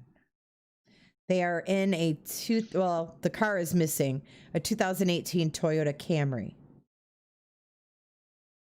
See, in the government, the VA wouldn't step up and do anything for her because she's a civilian working for the VA. But if it was a military member that had signed that contract, they'd hunt them down to the end of the earth. You're looking right. for them. You're right. Okay, here's something else interesting. You're very right, though. Well, unless they're on Fort Hood. If they're on Fort Hood, then they don't do anything. But she's good enough to care for veterans, yeah. So they did have a flight booked for tomorrow to go see family in Maine. So they were supposed to go up to Maine tomorrow. Well, then clearly they didn't take off. Or they could just reappear tomorrow at the airport. I mean, yeah, what if they just end up in Maine tomorrow? Yeah, that's true. But you don't think they would have told any family members what's going on? Not even someone close that wouldn't say anything? And why wouldn't they take their phones? Well, I understand. I guess not if you don't want to be tracked, but I don't know. Well, you got to think they haven't released any of the dirty details. There's always dirty details, like if a family members are fighting or something like that. That stuff's not going to come out yet. Right. They're not going to give the details like, oh, well, me and my sister got in a fight, so right. She left her phone and bounced. Yeah, and I haven't dug into this yet. It just started coming across my local media yesterday. So I just kind of found out about it. I don't even know if I don't think it's nationwide yet. I think unless you're following true crime pages, it's not anywhere. That's the only place I've seen it. I haven't seen any details. I haven't seen any suspect, anything weird other than they just left. Yeah, and left their phones, but the dogs are gone. They're 2 white dogs. They're Toyota Camry and them. And they left their phones. And they didn't say if it looked like they packed or anything. But they could have been already packing for their main trip anyways. I just wonder like what the house was like, you know? That would hold so many answers. Not only are the phones there, but what was the condition of the house? What did it look like they were doing before they went missing? Because they were last seen at 11:30 p.m., like coming home from work or something.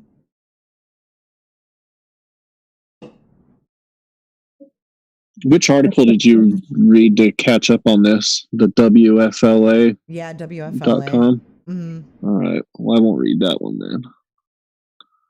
Or no, I'm sorry. I looked at Fox News, Fox 13. No.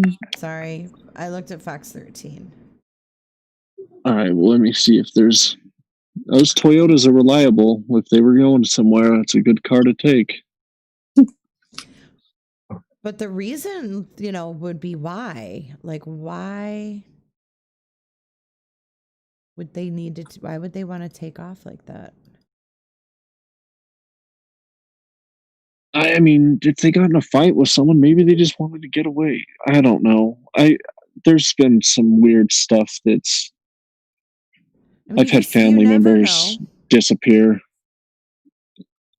go on a bender, and then just wake up in the middle of nowhere in the Florida Everglades. So then there was that girl from Utah at the hotel that went missing, and then we find out that the girl had given her friend an Ambien, and she had gotten up and walked it off and drowned in a pond in the resort. Oh my God. There's weird things happen. That was in Florida. You don't remember that? It's like last summer. She lived like right down the street from me. Her family, my mom worked with her parents, or my mom worked with her mom, something like that. Oh wow. But she, her friend gave her an Ambien when they were at a hotel, and she walked off and fell and drowned in the pond of the resort. What about, what's that girl's name from here at the hotel? Kanika Jenkins?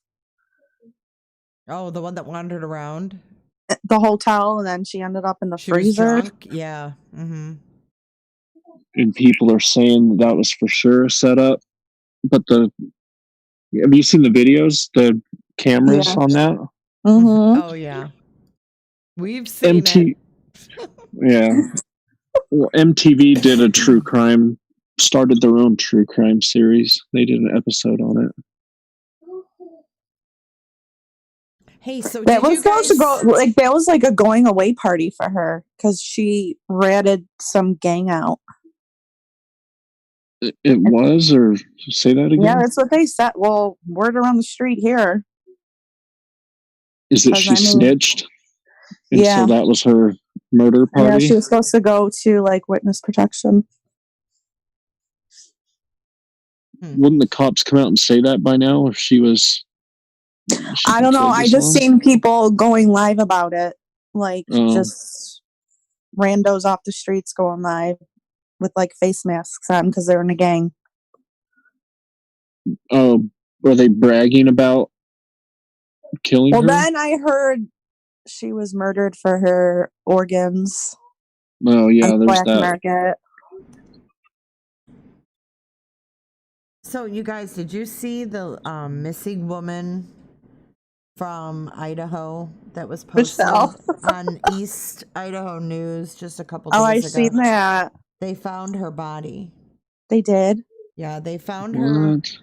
Yeah, so Idaho Falls. A missing Rigby woman was found dead in the Snake River on Monday morning. Around 7 a.m., authorities found her vehicle at the Idaho Falls Latter-day Saint Temple parking lot. Rigby Police Chief Sam Tower said in a news release. A short time later, her body was found in the Snake River about a mile south of the vehicle. Her cause of death has not been determined, but an autopsy has been scheduled for July 28th in Ada County. Tracy had been missing since Friday when she was scheduled to pick up her son from the Idaho Falls airport but never arrived. Authorities had pinged her cell phone in the area of Walmart on South Utah Avenue in Idaho Falls at around 12:30 p.m. that day, but authorities couldn't find any sign of her during the weekend. So she was found dead in a river, and her car was at the Latter-day Saint Temple parking lot. And she looks like the mom in Schitt's Creek. She does. She looks just like the mom in Schitt's Creek. Yeah, I'm going to be up in that area Thursday picking up my daughter. Oh, really? Yep, going up. I'll be in Pocatello, so I'll be like right just south of Rexburg. Idaho Falls is like a baseball throw away. Yeah, I mean, I wonder what happened. Like, what are they thinking? I don't know, but I already told you my daughter and I can go on a Ted Bundy cruise. I know. Carl offered up to go to... Okay, tell me about this torture chamber, because I've never heard of this. But this is the woman I'm showing on the screen right now, the Idaho Falls woman that was found dead today. And I just wanted to update that because I did post about it in the podcast group, and I just saw that article. So, all right, so let's change things up a little bit. I'm going to get Drew off the screen so we could talk a little Bundy talk. I love Ted Bundy. I know, don't we all? Hi. Melissa has a Ted Bundy bite mark tattoo on her ass cheek. She totally does. You weren't supposed to tell people that, though. Oh, God. I seen it. Oh, my gosh. That's so funny. Wow. You know, that would be kind of a creative tattoo, Carl. Someone really does for real. People do it for real. Oh, for like it's like a big thing. For the true crime aficionado or whatever. What is that what they call them? Aficionados? I think there's a different word for it, but yeah. There is, but we're being nice. All right, so what kind of picture of Ted do we want up on the screen? Zac Efron Ted. You know, I would love to see his daughter and talk to his daughter. Wouldn't that Good be luck crazy? with that one. Wouldn't that be crazy? Do you think? I think she knows she's Ted's daughter. I think I read that. Okay, so Carl. Yes. Yes. What do you have in your area that you could take us out to explore as far as Bundy? Well, I live over by the University of Utah, and there's his house. Well, I mean, it wasn't his house. It was the house that he lived in while he was going to school. And I said it was like room 2, but now they call it room 5. And it has an escape ladder like coming out the side of his bedroom, like a fire escape. So he was able to leave the house without anyone knowing and go out and doing his dirty stuff. But there was a couple miles up the road, up by the VA and the Hogle Zoo, up Immigration Canyon. There's like this, you go up. Do you want me to tell you how to get there? Like kind of explain it? Because I'm sure there's people that, well, either way, it's there. It's by the zoo. Don't give away our secret. Oh, yeah. Well, it's not, I mean, okay. It's kind of a secret. Yeah. You said nobody knows about it. Well, I mean, not a lot of people know about it. Most people know about the house and stuff. But you go up there and you have to go up and you go by the zoo and you have to go for a walk for a little bit and then like just out in the middle of nowhere. I think there might have been a small house there. Yeah, kind of. you have to walk there, and they have no trespassing things up because so many people, after the Netflix stuff's come up, especially, so many people are getting up there. I read that. People are pissed. So, right. So you asked me if I could possibly get someone to let me walk through that house, and they'll call the cops on me if I knock on the door and I say what I'm there for. Boom, cops. I think that you could pull it off. I have faith in you. I think that I'm going to publicly right now, in front of 250 some odd people, I'm going to challenge Carl Danger to work his magic, schmooze the tenant, and get in there and get some footage of the inside of that apartment.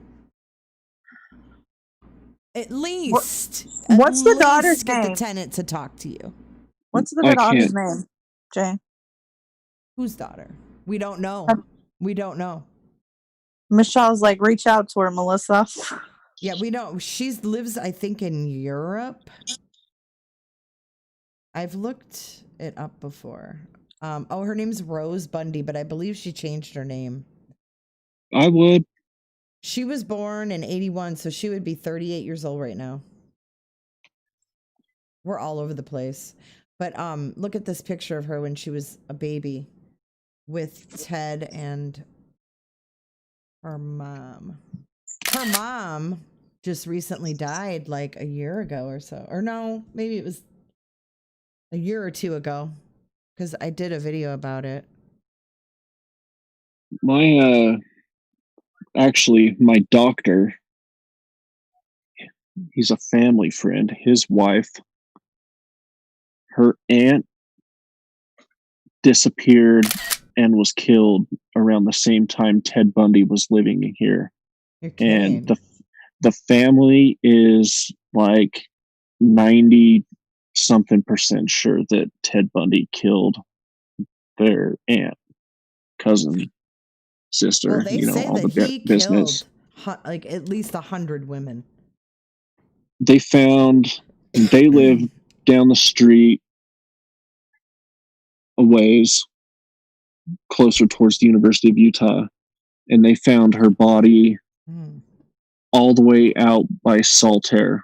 So, like, imagine leaving Salt Lake and going towards Reno, getting close to the border of Nevada. There's like the Great Salt Lake, and then there's like the salt flats and all that. Just her body was just in a ditch. Wow. Way out there, but they're pretty sure that Ted Bundy did it. Sounds like Bundy. That's what he did. Yeah. Pretty much all through so Bundy, he was taking people up to his little secret cellar up there by the zoo, and he was doing whatever he was doing to the women in there, killing them, having sex with them after they were dead. Okay, but I have a question about this cellar thingy. Okay, so they discovered that like after they caught him after the conviction, or what? Like, when was that discovered? Did he tell them about it? Do you know? Okay. Well, okay, I sent you a link to this blog where a guy went and came to Utah and he did the tour, and he's like, Salt Lake City is known for three things, like Jesus Christ, the Latter-day Saints, Ted Bundy, and skiing. And he came to Utah and he went skiing, talked to some Mormons, and then went on a Ted Bundy hunt. Went and hit all the Ted Bundy places. He went to his house, and then he went to the cellar. They call it a cellar, but if you go to your Facebook, I sent you a link to it. I have it pulled up. I'm going to show everybody. That's creepy as hell. It's scary as okay, and it didn't used to be tagged. Like, it's been getting tagged a lot lately because more people are going up there, and you're trespassing to get there. But this blog shows you his house. But he also had a house that he lived in Bountiful, and he said he lived there. I think friends said he lived there, but the people that lived in the house, owned the house, like, are crazy denying it. They're like super defensive over it. And I think to the point the house might be abandoned now. Yeah, I think that one is abandoned. And Ghost Hunters, I think, did an episode in there. Of the one in Bountiful? Yeah, the one that's abandoned. So Bundy also, he had like a trail down I-15 where he was going on road trips or whatever, and he would find women, kill them, and it was kind of like a thing for him. It seemed like he did it in every city almost. But up in American Fort Canyon, there's a cave. I don't see, call like what, Bundy Cave, something like that. And he had taken one of the woman, multiple women, I don't know, and left their bodies up in the cave up there. And this was all while he was a law student at the University of Utah. So that was But like the an sellers, apartment. That house he lived in the upstairs. It was like an apartment. Like student housing type thing. Yeah, like rich person owned the house and rented it out to college students and made bank off them. Oh yeah, you can buy a house. I'm scrolling through this guy's blog, and he's out in the snow looking for this seller. Well, he was smart because the cops aren't. A lot of people aren't going to be out during that time because this. I mean, you can go any time of day when it's light out, and you're not going to be alone at this place. Someone else is looking there. It says, under the layers and layers of spray paint, it is said that Ted Bundy dragged his victims down the stairs and buried them in the cellar. I've read that 3 bodies were found there, but there is supposedly 2 more that have never been found. Yeah, people talk about being inside it. I don't know how they get in, or it's like sealed. I think they sealed it now, so you can't get inside it instead of just demolishing it and it says burying it. Yeah, people who have been in the cellar say it feels uncomfortable, like you're walking into a trap or that the walls are closing in. Dark and wet as a cellar typically is, and the concrete walls are lined with spray paint. Many also feel like they're being watched while inside the cellar. It's just a creepy cellar. You would feel like that to begin with. Like, it's out in the middle of nowhere. You can tell that there used to be a house or something by there, and like the state just marked it off and doesn't want anything to do with it now. It is sealed off. Yep. The house is gone. The cellar is sealed up, and the area is private property.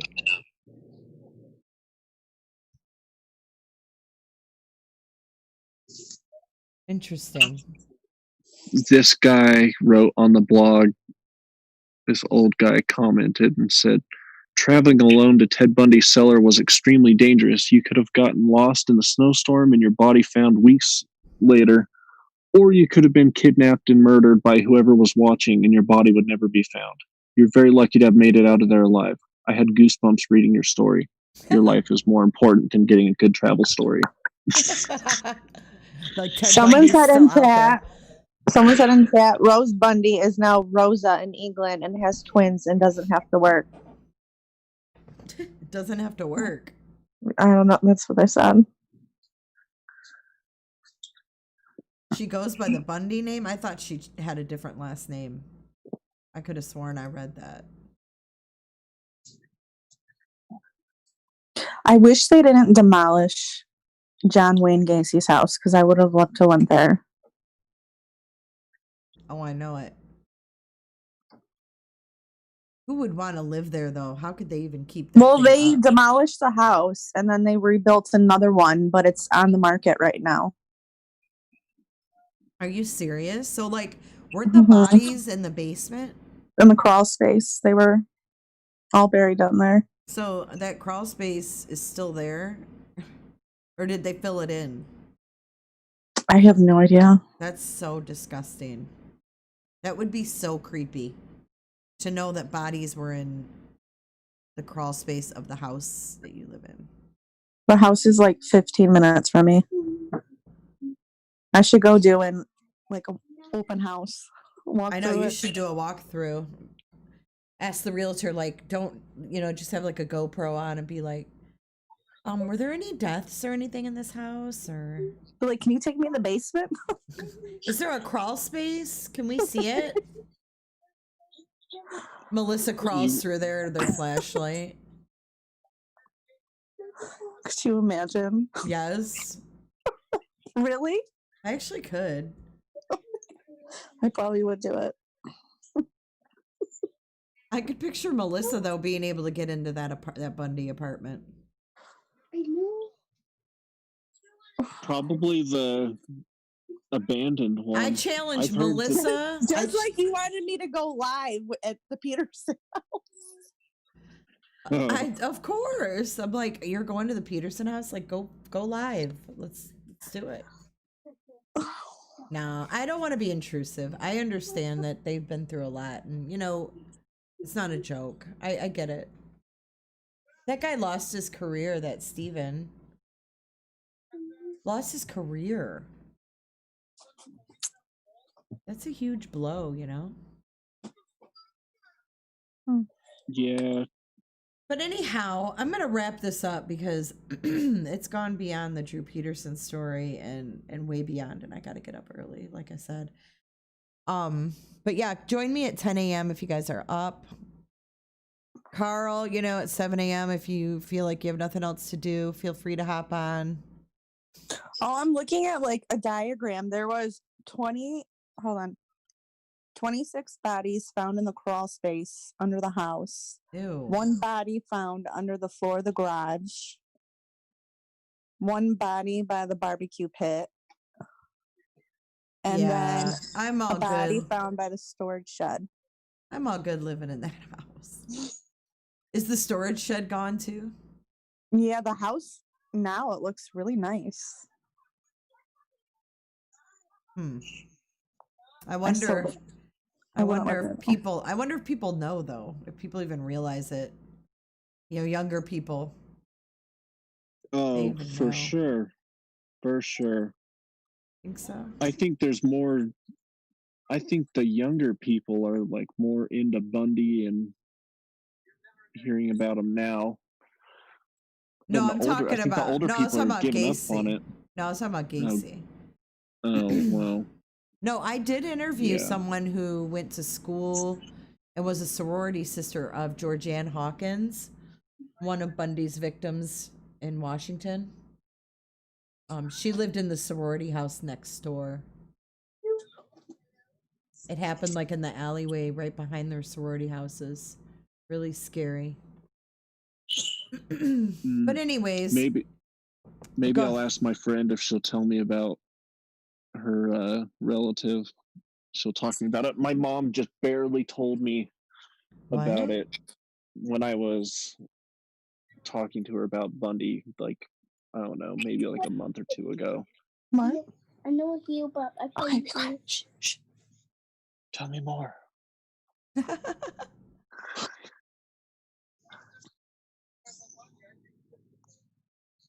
What about your friend? What happened?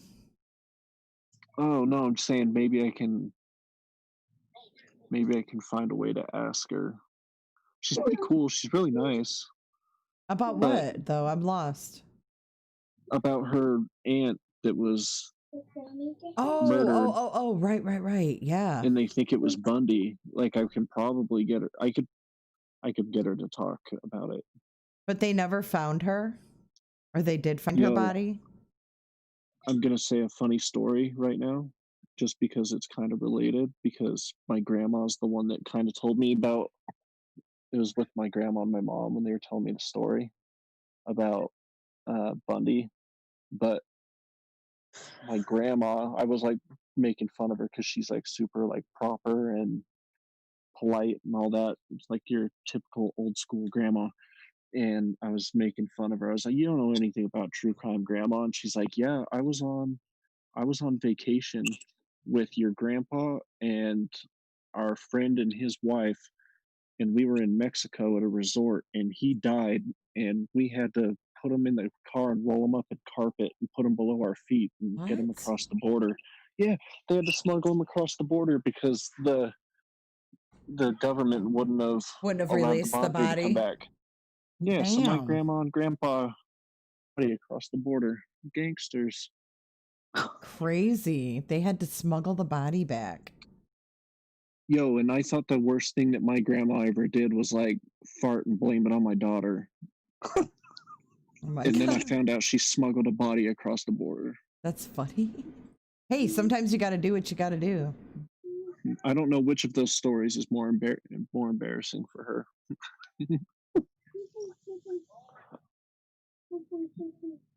Oh my God. All right, you guys. Well, I'm out of here. So thanks for hopping on, Carl. Thanks, Melissa. And we will look forward to the interview with Drew's son. Keep you posted. All right, you guys. Have a good night. You too. Good night. All right. Night, guys.